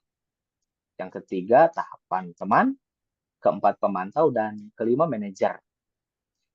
Saya sudah gambarkan dalam bentuk anak tangga ini, tangga tersebut sebagai gambaran bahwa ternyata posisi kontrol penghukum itu adalah posisi yang sangat paling bawah, Bapak dan Ibu. Bagaimana biasanya seorang penghukum itu bisa menggunakan hukuman fisik maupun verbal. Orang-orang yang menjalankan posisi penghukum senantiasa mengatakan bahwa sekolah memerlukan sistem atau alat yang bisa lebih menekan untuk murid-murid. Ya, Bapak dan Ibu, itu untuk terkait dengan penghukum. Bisa juga dengan menjadi guru yang sena, menjudgment buruk kepada muridnya, memarahi. Biasanya dengan posisi penghukum, posisi kontrol penghukum ini biasanya akan lebih sering menghardik murid-muridnya. Mereka akan lebih berbicara kasar kepada murid-muridnya untuk penghukum. Kemudian ada juga yang posisi membuat merasa bersalah, di mana posisi ini adalah biasanya satu tingkat di atas penghukum. Guru akan bersuara lebih lembut, biasanya pembuat rasa bersalah akan menggunakan keheningan agar muridnya tersebut bisa merasa tidak nyaman dan sehingga merasa bersalah atau rendah diri. Biasanya kalimat yang keluarnya itu, contoh, "Ibu sangat kecewa sekali dengan kamu. Berapa kali Bapak harus memberitahu kamu ya?" Nah, itu adalah salah satu posisi kontrol pembuat merasa bersalah. Nah, kemudian ada juga di posisi ketiga, yaitu posisi teman. Dua tingkat di atas dari penghukum dan pembuat rasa bersalah. Posisi teman, guru di posisi ini tidak akan menyakiti murid, ya, Bapak dan Ibu, namun akan tetap berupaya mengontrol murid melalui persuasi. Posisi teman pada guru bisa negatif ataupun positif. Nah, positifnya bisa juga hubungan menjadi baik, hubungan baik yang terjalin antara guru dan murid. Guru di posisi teman menggunakan hubungan baik untuk mempengaruhi seseorang. Biasanya, ayolah, bantulah demi Bapak. Itu juga, ayo ingat tidak bantuan Bapak selama ini. Ya, itu Bapak dan Ibu. Dan biasanya yang posisi teman itu juga bisa dengan bersenda gurau, Bapak dan Ibu, ketika murid bersama muridnya melakukan kesalahan, itu sambil bersenda gurau. Itu adalah untuk posisi kontrol teman. Kemudian ada juga di posisi 4, itu posisi pemantau. Nah, posisi pemantau itu berarti mengawasi. Nah, seolah-olah kita hanya mengawasi, bertanggung jawab atas perilaku orang-orang yang kita awasi. Posisi pemantau ini biasanya berdasarkan aturan-aturan. Contoh ketika murid kita melakukan suatu perbuatan yang tidak sesuai dengan peraturan yang sudah disepakati, biasanya posisi kontrol pemantau itu akan memberikan kepada murid tersebut, memberitahu ya bahwa ada peraturan yang kamu telah langgar. Itu adalah pemantau. Apa yang telah kamu lakukan? Peraturannya bagaimana? Ya. Sanksinya apa? Konsekuensinya apa? Nah, itu adalah untuk di posisi pemantau. Dan di posisi paling atas itu Bapak dan Ibu ada posisi manajer. Nah, di mana di posisi ini guru berbuat sesuatu bersama murid secara kolaboratif. Mempersilahkan murid mempertanggungjawabkan perilakunya, memberikan tawaran seperti tadi, menawarkan kepada murid ketika mereka melakukan kesalahan, apa yang kamu akan lakukan? Bagaimana cara kamu untuk memperbaikinya? Bagaimana solusi dari kamu? Jadi mereka akan kita ajak berpikir untuk mencari solusi-solusi atas dari tindakan yang telah mereka perbuat. Nah, itu Bapak dan Ibu di posisi manajer. Sehingga dalam praktik penerapan disiplin sehari-hari di posisi ini adalah kita mudah-mudahan bisa mencapai di posisi kelima, yaitu manajer. Ya. Bagaimana posisi ini murid dapat menjadi pribadi yang mandiri, merdeka, dan bertanggung jawab pada Ibu atas segala perilaku dan sikapnya yang akhirnya dapat menciptakan lingkungan yang positif, nyaman, dan aman. Nah, itulah Bapak dan Ibu untuk posisi 5 posisi kontrol. Nah, ini Pak Otas, punten. baik Wirna. Untuk waktu mungkin 5 menit lagi ya Pak. Baik, siap. Terima kasih Wirna. Sama izin mengingatkan untuk Bapak Ibu dan teman-teman mahasiswa semuanya, bisa diisi daftar hadirnya di kolom chat. Ya. Mangga Pak Otas dikembalikan lagi. Baik, izin dilanjutkan terlebih dahulu. Untuk ini perbedaan ketika bergerak antara pemantau dan manajer. Ya. Pemantau itu berdasarkan dari aturan dan nanti perlakuannya itu hanya mencari konsekuensi ataupun juga pemberian hadiah ataupun penghargaan. Sedangkan manajer itu adalah atas dasar dari nilai-nilai kebajikan yang telah disepakati ataupun diyakini bersama murid-murid. Nah, sehingga ketika di mana murid-murid melakukan tindakan ataupun kelakuan yang memang tidak sesuai dari nilai-nilai yang telah disepakati, maka posisi manajer biasanya akan berdiskusi dengan melakukan cara restitusi bagaimana murid untuk memperbaikinya. Kita lanjutkan di topik terakhir yaitu segitiga restitusi Bapak dan Ibu. Nah, ketika kita mendapati murid kita yang sedang ada masalah ataupun ketika kita menemukan kasus-kasus di sekolah, kita bisa melakukan restitusi dengan 3 tahapan ini Bapak dan Ibu. Yang pertama adalah dengan cara menstabilkan identitas. Yang kedua, melakukan validasi tindakan yang salah. Dan yang terakhir adalah menanyakan keyakinan kelas. Bagaimana menstabilkan identitas itu biasanya adalah bagian dasar bertujuan untuk mengubah identitas dari anak orang yang gagal karena melakukan kesalahan. Biasanya di sini guru itu pada tahapan menstabilkan identitas akan dimulai dengan kalimat bahwa berbuat salah itu tidak apa-apa. Saya juga pernah melakukan kesalahan seperti itu. Atau Bapak tidak mencari siapa yang salah. Kita ingin mencari solusi dari permasalahan. Nah, itu adalah dari tahap menstabilkan identitas agar ketika anak-anak ataupun yang kena masalah ataupun bertikai ataupun yang sedang memiliki kasus tersebut itu bisa stabil identitasnya terlebih dahulu. Mereka bisa membuka dirinya terlebih dahulu. Kemudian kita validasi tindakan yang salah. Walaupun ketika murid kita bertikai yang satu sudah memukul temannya, maka kita validasi terlebih dahulu. Kita anggap benar terlebih dahulu tindakan tersebut.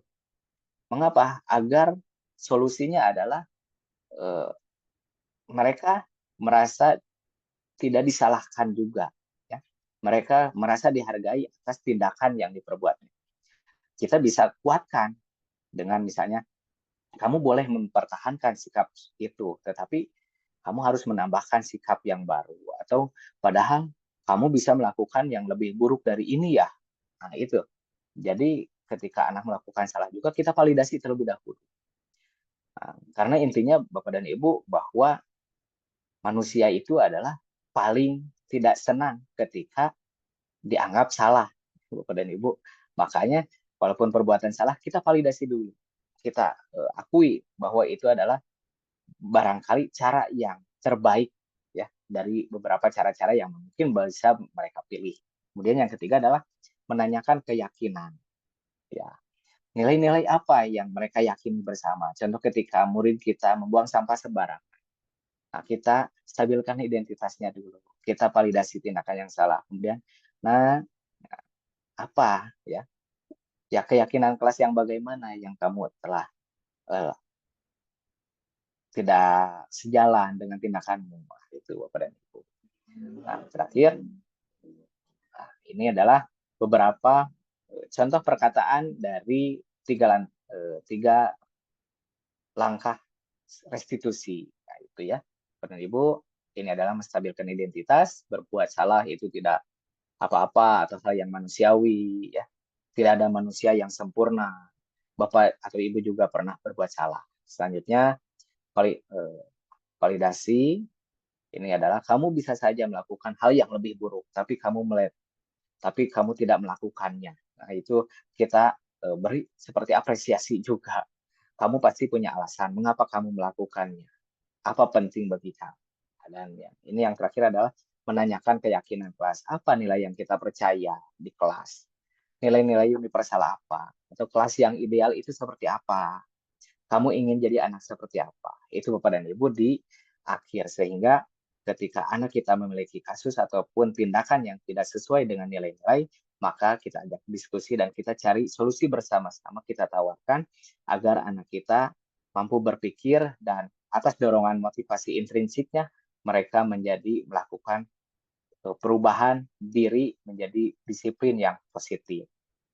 Nah, ini adalah salah satu contoh yang saya lakukan penerapan segitiga restitusi bersama murid saya pada pekan yang lalu, Bapak dan Ibu. Saya melakukan 3 tahapan tersebut dari menstabilkan identitas, kemudian validasi tindakan yang salah, dan terakhir kita menanyakan nilai-nilai yang kita yakini bersama. Nah, Bapak dan Ibu, ini adalah kuncinya. Keterampilan berbicara yang baik adalah kunci untuk membuka pintu hati orang lain. Oh, suyang. Itu Bapak dan Ibu, jika kita memiliki keterampilan berbicara yang baik adalah kunci untuk membuka pintu hati orang lain. Ketika seseorang sudah terbuka pintu hatinya, maka tentu akan mudah bagi kita untuk mengajak disiplin yang positif. Mudah-mudahan murid kita menjadi murid yang memiliki disiplin positif dan tumbuh dengan nilai-nilai kebajikan yang diyakini serta memiliki karakter yang kuat. Itu Bapak dan Ibu, barangkali pembahasan dari saya. Alhamdulillah, terima kasih atas apresiasinya pada malam hari ini. Sekali lagi, mohon maaf apabila ada kesalahan. Terima kasih. Wassalamualaikum warahmatullahi wabarakatuh. Saya kembalikan ke moderator, Ibu Irna. Waalaikumsalam warahmatullahi wabarakatuh. Luar biasa Pak Otas, hebat sekali ini materinya, sangat-sangat bisa menjadi wawasan baru bagi kita semua. Dan untuk sesi selanjutnya mungkin Bapak Ibu dan teman-teman mahasiswa semua, kami buka sesi tanya jawab. Hanya dibatasi 3 orang penanya saja. Bapak Ibu mangga silakan boleh menggunakan raise hand ataupun di kolom chat juga tidak apa-apa. Mangga 3 orang penanya dipersilahkan.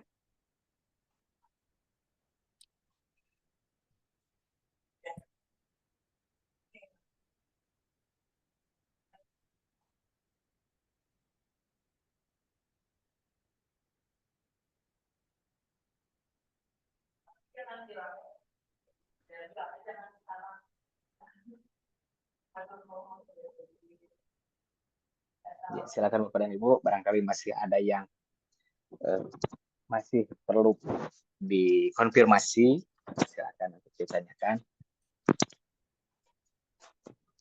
Boleh langsung raise hand Bapak Ibu, monggo. Atau mungkin dari teman-teman mahasiswa juga Boleh, ini betul-betul sebagai bekal ya Pak Otas, sebagai bekal untuk teman-teman mahasiswa nanti di dunia kerja tuh harus berbuat seperti apa gitu. Betul, Bu Irna. Ini kita berbagi untuk sebagai kita sama-sama belajar. Walaupun kami barangkali yang sudah masuk sebagai praktisi pendidikan di sekolah, tentunya kami pun terus harus memiliki motivasi dan dorongan untuk terus upgrade ilmu serta mengupgrade kapasitas dan ilmu-ilmu kita. Betul, Silakan Bapak dan Ibu.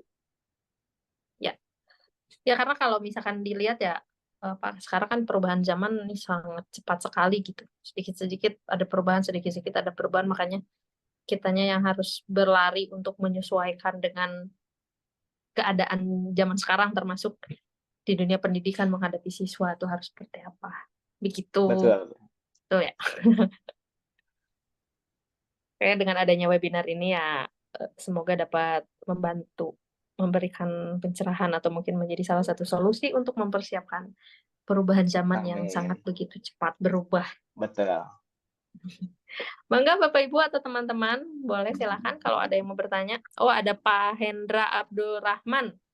Pak Hendra Abdul Rahman, mangga dipersilakan. Ya, puntennya ini teh off cam karena ada satu hal lain.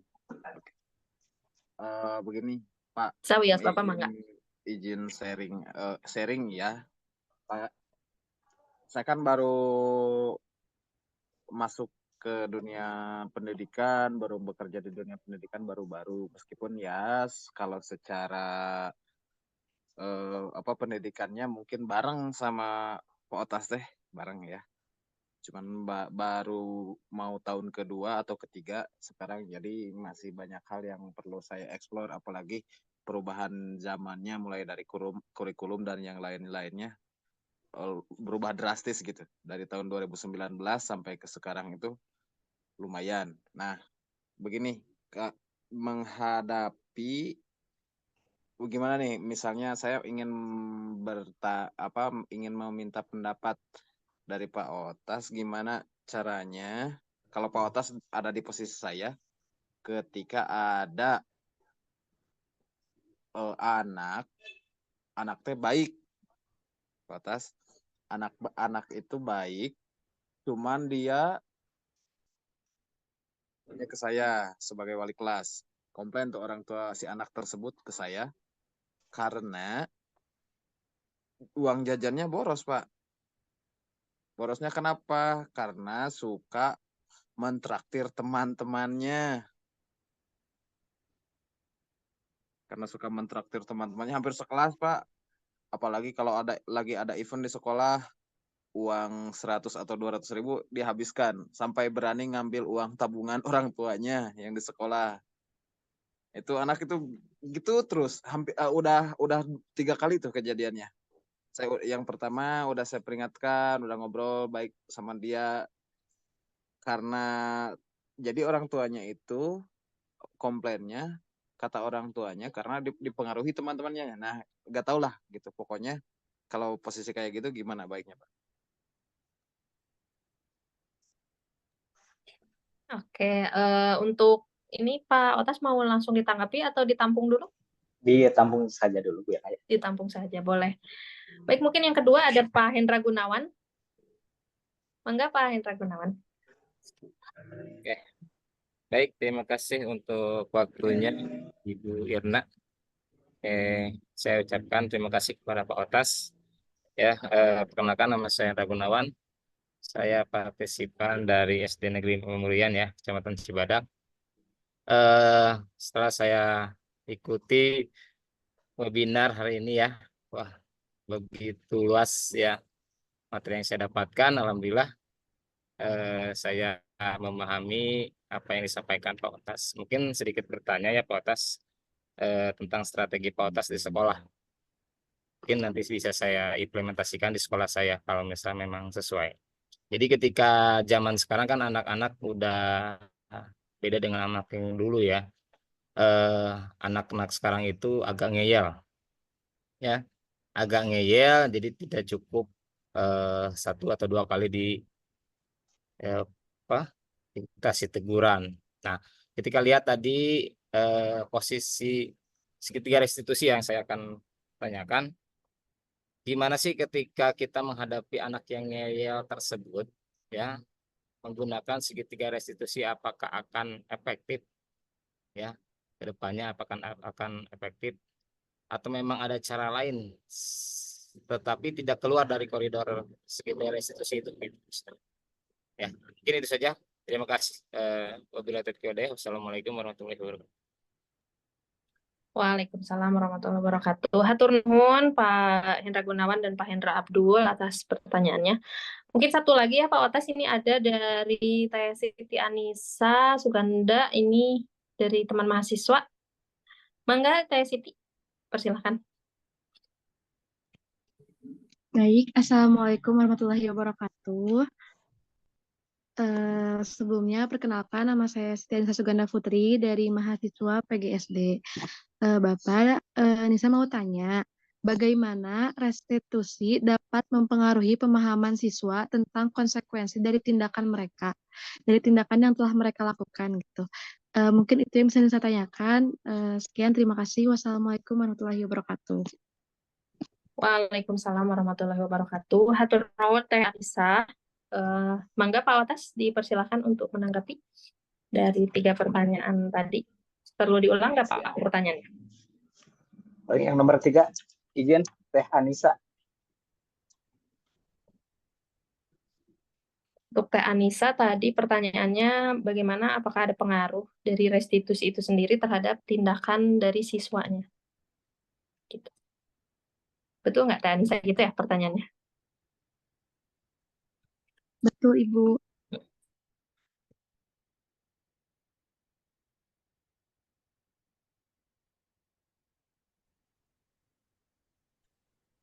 Oke, baik. Terima kasih Bapak dan Ibu yang telah mengajukan pertanyaan. Mudah-mudahan kita bersama-sama mengeksplor kembali, dan tentunya nanti setelah ini juga harapan saya tidak hanya sampai dari sini, nanti kita bisa terus mencari informasi-informasi yang lebih mendalam lagi terkait dengan budaya positif ataupun disiplin positif yang akan kita terapkan di sekolah masing-masing ataupun di instansi pendidikan kita. Baik, izin untuk Pak Hendra Abdurrahman, ketika ini luar biasa memiliki murid yang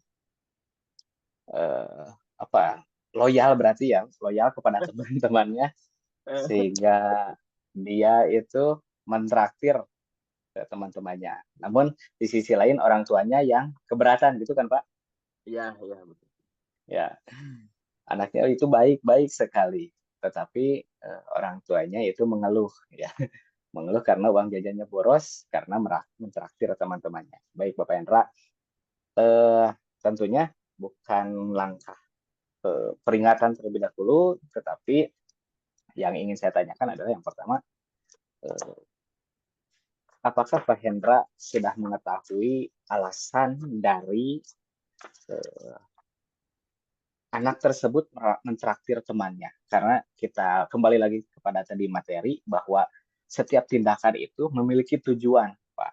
Nah, tentunya yang kita harus ketahui bersama dulu, yang pertama adalah apa tujuan dari anak tersebut untuk mentraktir teman-temannya, hingga sampai dia, walaupun dalam sisi positif dia berbagi, itu ada nilai yang sangat baik, tetapi ada juga sampai dia mengorbankan sesuatu, contoh mengambil tabungan orang tuanya atau mengambil yang bukan haknya, seperti itu kan. Jadi ini ada 2 yang bertolak belakang, seperti itu kan. Di sisi lain dia memiliki nilai yang sangat positif, dan di sisi lain juga ada nilai yang barangkali tidak sesuai dengan nilai yang diyakini terkait dengan nilai kebajikan tersebut, ya. Baik Bapak Hendra, yang pertama adalah barangkali saya hanya mengusulkan, Pak Hendra. Mudah-mudahan dapat, ya Pak Hendra. Pak Hendra, yang pertama adalah Pak Hendra dapat ajak komunikasi terlebih dahulu ketika kita akan menerapkan tadi model segitiga restitusi. Yang pertama, stabilkan terlebih dahulu, kita ajak ngobrol, misalnya Bapak mendengar teman-teman kamu yang bahagia ketika kamu sering mentraktirnya. Nah, kan anak tersebut ketika kita itu, oh seolah-olah dia itu benar bahwa yang dia lakukan itu benar, dia senang. Kemudian bisa dari sana nanti Pendra bisa gali lebih lanjut apa yang melatar belakangi anak tersebut melakukan hal itu. Apakah misalnya contoh karena berdasarkan bisa juga didorong atas kebutuhan dirinya. Kebutuhan yang seperti apa? Karena ada juga orang itu kebutuhan survive, atas dorongan kebutuhan survive itu ada juga kebutuhan bahwa manusia itu memiliki kebutuhan untuk diakui, Pak, ataupun mendapatkan kasih sayang. Nah, barangkali contoh anak tersebut ingin memiliki mendapatkan kebutuhan apa tadi mendapatkan pengakuan, mendapatkan kasih sayang dari teman-temannya. Contoh misalnya, kalau dia tidak menraktir, kalau saya tidak meraktir teman-teman, maka saya akan dijauhi, maka saya akan. Nah, itu adalah yang harus kita selidiki lebih lanjut. Kira-kira apa yang melatar belakangi, apa tujuan dari anak ini. Nah, itu Bapak Hendra. Yang pertama adalah gali terlebih dahulu untuk tujuannya, dan nanti kira-kira ketika Pak Hendra, terus kita bisa lakukan dulu. Kita kasih saja validasi tindakannya bahwa yang kamu lakukan itu sangat bagus, sangat baik. Akan tetapi ada nilai, misalnya kira-kira kamu ketika melakukan hal ini ada yang bertentangan tidak dengan nilai apa, gitu kan? Kira-kira dan kamu kedepannya ingin menjadi seperti apa? Nah itu Bapak Hendra. Jadi lebih dapat berdialog. Kita hanya silakan saja nanti kedepannya anak tersebut akan memilih jalan yang mana, jalan yang seperti apa. Itu Bapak Hendra, barangkali untuk langkah-langkah dari restitusi. Jadi kita tidak hanya langsung mencap bahwa kamu baik tapi kamu mencuri. Nah, kan beda ya. Ketika anak tersebut kita langsung judge seperti itu, tentunya psikologisnya itu akan kena. Kemudian dari Pak Hendra Gunawan, terima kasih Pak Hendra, kita sama-sama belajar jauh Pak Hendra dari Pamuruyan. Anak sekarang agak ngeyel. Bagaimana caranya menggunakan restitusi? Barangkali untuk ngeyel juga Pak masih bersifat umum Pak. Kira-kira yang konkretnya itu seperti apa Pak? Barangkali bisa dijelaskan. Oke, ngeyelnya ini ketika diberi teguran itu tetap aja seperti itu gitu.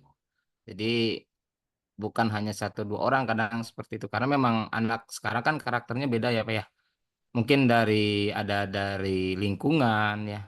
Jadi tidak bisa menurut satu atau dua kali dikasih teguran, mereka malah makin ini. Itu kan salah satu tantangan buat kita juga sebagai guru. Nah ini mungkin Pak Otas punya strategi apa sih ketika kita melihat segitiga restitusi tersebut gitu Pak. Itu mungkin Oke, Bapak. baik. Siap Hendra. Baik. Tentunya Pak Hendra untuk segitiga restitusi ini adalah memang bukan jalan yang pintas, bukan jalan yang cepat kita untuk menangani sesuatu bagi murid-murid kita. Ini merupakan adalah suatu proses yang muara akhirnya itu adalah titik akhirnya, muaranya itu ada pada pembangunan motivasi intrinsiknya. Bagaimana kita mengubah dulu anak tersebut, ya kita mengubah bagaimana dari yang awalnya mereka sering dari motivasi eksternal, kita bangun dengan restitusi ini agar menjadi tumbuh secara perlahan, walaupun secara perlahan akan tetapi berprogres. Itu ada timbul motivasi intrinsiknya, sehingga ketika tentunya dengan teguran seperti itu tadi, barangkali kita juga bisa menggunakan segitiga restitusi, kita ajak dialog anak tersebut, murid tersebut secara pribadi lebih intens terkait dengan bagaimana yang mereka telah lakukan itu. Sehingga misalnya Pak Hendra memiliki keyakinan kelas bersama murid-murid, ada nilai-nilai kebajikan di kelasnya. Nah itu nanti cari Pak Hendra, kira-kira ketika ada salah satu tindakan yang memang bertolak belakang dengan nilai yang disepakati bersama, nanti Pak Hendra juga bisa melakukan restitusi di tahap akhirnya itu, tanyakan kembali, konfirmasi kembali, kira-kira apa nilai kebajikan yang kita sepakati bersama. Seperti itu barangkali Pak Hendra, dan mudah-mudahan tentunya kita untuk lebih berhati-hati juga agar kita itu tidak cepat menjudgment. Intinya dalam restitusi ini adalah kita lebih banyak mendengar bagaimana kebutuhan murid, bagaimana tujuan-tujuan murid, bagaimana murid itu tumbuh dan berproses. Nah, sehingga kita tidak terlalu cepat ingin jalan pintas bahwa murid ini harus secepat kilat sesuai yang kita harapkan, sesuai yang kita inginkan. Itu tadi Pak Hendra terkait dengan konsep restitusi. Oke, terima Kemudian, kasih Pak. oke, Pak Hendra. Barangkali nanti kita bisa lebih lanjut di darat, Pak Hendra, untuk diskusi luar biasa. Lanjut dari Ibu Siti Anissa, bagaimana restitusi bisa mengingatkan konsekuensi, barangkali ya, konsekuensi terhadap tindakan yang dilakukan. Baik, enaknya panggil teteh atau ibu ya? Bu Irna enaknya panggil apa nih, Bu Irna? Panggil Ece boleh, mangga. Baik, Ibu Siti Anissa, baik, luar biasa. Dengan semangat di malam hari ini kita bersama-sama untuk meningkatkan pemahaman kita bersama, mengupgrade ilmu kita bersama-sama. Oke, baik Bu Anissa, bahwa restitusi ini itu nantinya bukan pada hanya bermuara di konsekuensi, ya.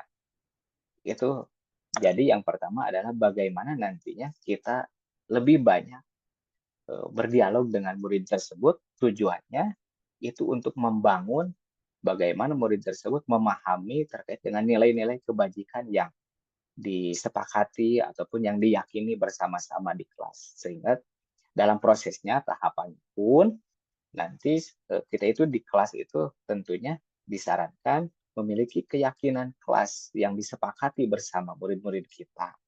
Sehingga tidak ada konsekuensi. Nanti kita itu tidak memberikan konsekuensi ataupun hukuman, apalagi hukuman kepada murid-murid kita. Tetapi kita hanya menawarkan, ketika mereka melakukan sesuatu, apa kira-kira ide dari kamu untuk melakukan kesalahan kamu. Jadi di sini adalah restitusi ini adalah bagaimana anak belajar dari kesalahannya untuk memperbaiki kesalahannya. Itu bagaimana cara belajar, cara dia itu bagaimana. Itu yang kita dorong. Jadi sehingga kedepannya anak tersebut lebih bisa bersifat mandiri tanpa pengaruh dari orang lain, tanpa harus dikontrol oleh orang lain, menjadi pribadi yang tumbuh dan berkembang dan akhirnya memiliki karakter yang sesuai dengan nilai-nilai kebajikan yang disepakati bersama. Itu barangkali Bu Siti Anissa, terima kasih untuk pertanyaannya, luar biasa sekali lagi. Izinkan saya untuk memberikan apresiasi setinggi-tingginya kepada Bapak dan Ibu, rekan-rekan semua yang berkenan hadir pada malam hari ini. Tentunya banyak sekali tantangan kalau malam hari itu, Bu Irna. Luar biasa, saya pun memahami, tapi dengan dorongan dan niatan yang penuh semangat itu insya Allah menjadikan berkah bagi kita semua. Amin ya Rabbal Alamin. Dikembalikan kepada Bu Irna, silakan. Amin ya Rabbal Alamin. Ya, terima kasih Bapak Otas Agustina. Memang betul ini. Bapak Ibu semua guru-guru dan teman-teman mahasiswa semangat sekali. Malam hari pun masih menyempatkan diri, menyempatkan waktu untuk mencari mencari ilmu ya. Dan semoga memang apa yang kita lakukan ini bernilai ibadah. Semata-mata kami semua di sini, kita semua di sini sedang berusaha untuk mengupgrade diri menghadapi dunia yang serba cepat zaman sekarang ini, banyak sekali perubahannya. Oke, mungkin Bapak Ibu, alhamdulillah kita sudah memasuki di sesi akhir dan saya mungkin akan merangkum sedikit apa yang sudah disampaikan oleh pemateri, bahwasanya perubahan zaman itu sangat berbeda sekali dengan waktu kita dulu. waktu kita masih kecil mungkin ya dulu. Kalau kita melakukan kesalahan pasti ada hukuman, bahkan sampai hukuman fisik itu tidak bisa dipungkiri, pasti ada. Pasti ada Bapak Ibu yang mungkin menjadi korbannya atau menyaksikan. Dan ternyata perubahan zaman sekarang sudah berbeda. Kita pun memang harus menyesuaikan diri menghadapi siswa generasi sekarang itu harus seperti apa gitu. Dan tentu ini perlu latihan. Kalau yang tadi sudah disampaikan itu tidak bisa instan tentunya, apalagi dengan didikan kita di zaman dulu dengan yang sekarang beda. Tentunya bagi kita sebagai tenaga pengajar itu perlu yang namanya beradaptasi dan juga latihan. Namun insya Allah pasti itu bisa dilewati oleh kita semua. Intinya yang ingin saya simpulkan di sini bahwa dari restitusi di pendidikan ini ternyata kita harus memahami dulu sebetulnya konteksnya atau permasalahan itu seperti apa. Kita harus bisa mengidentifikasi masalah, mendekati siswa dengan berdiskusi, mengajak ngobrol, lalu setelah itu bahkan mungkin kita juga bisa melibatkan orang tua tanpa menjudge anak tersebut, tanpa langsung memberikan judge atau penilaian yang buruk. Begitu, dan kita juga harus membangun hubungan yang positif dengan siswa, kedekatan emosionalnya harus dibangun, komunikasi yang terbuka gitu kan, pandangan dua arah, lalu kita juga harus menguatkan penguatan positif kita terutama di bagian penghargaan dan juga pujian. Itu mungkin yang bisa sedikit saya rangkum sebagai moderator di sini pada malam hari ini, Bapak Ibu semua. Dan mungkin ini sudah menunjukkan waktu pukul 9 malam, dan untuk itu bagi Bapak Ibu yang telah hadir, terima kasih banyak atas kehadirannya yang sangat luar biasa sekali. Ini semangatnya, mohon dijaga semangatnya. Besok-besok kalau kita ketemu lagi di webinar ya, semoga bisa lebih akrab lagi.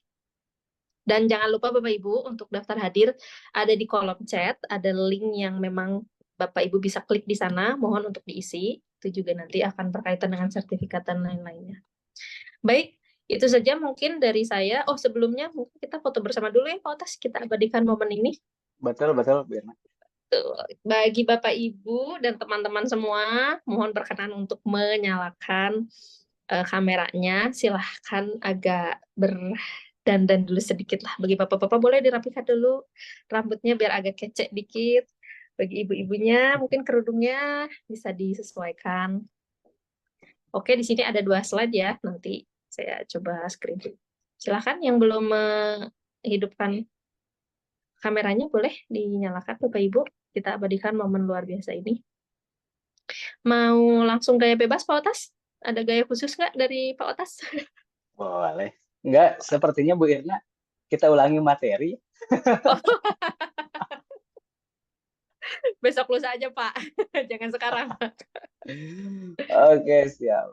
Oke, siap-siap ya Bapak Ibu. Ini slide pertama dulu. Boleh tangannya mungkin gini? Oke, siap ya.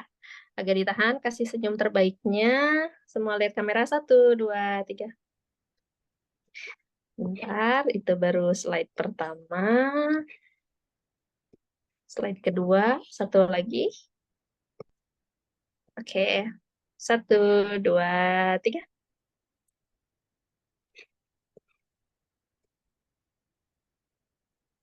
Oke, sip.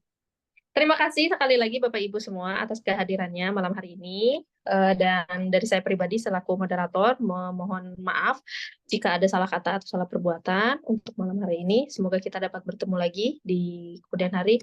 Terima kasih banyak kepada Bapak Otas selaku pemateri yang luar biasa untuk malam hari ini. Sekali lagi selamat berulang tahun dan semoga sisa umurnya berkah selalu. Bapak Ibu semua, sehat-sehat semuanya. Wabillahi taufiq wal hidayah. Assalamualaikum warahmatullahi wabarakatuh. Waalaikumsalam warahmatullahi wabarakatuh. Izin lagi. Stop.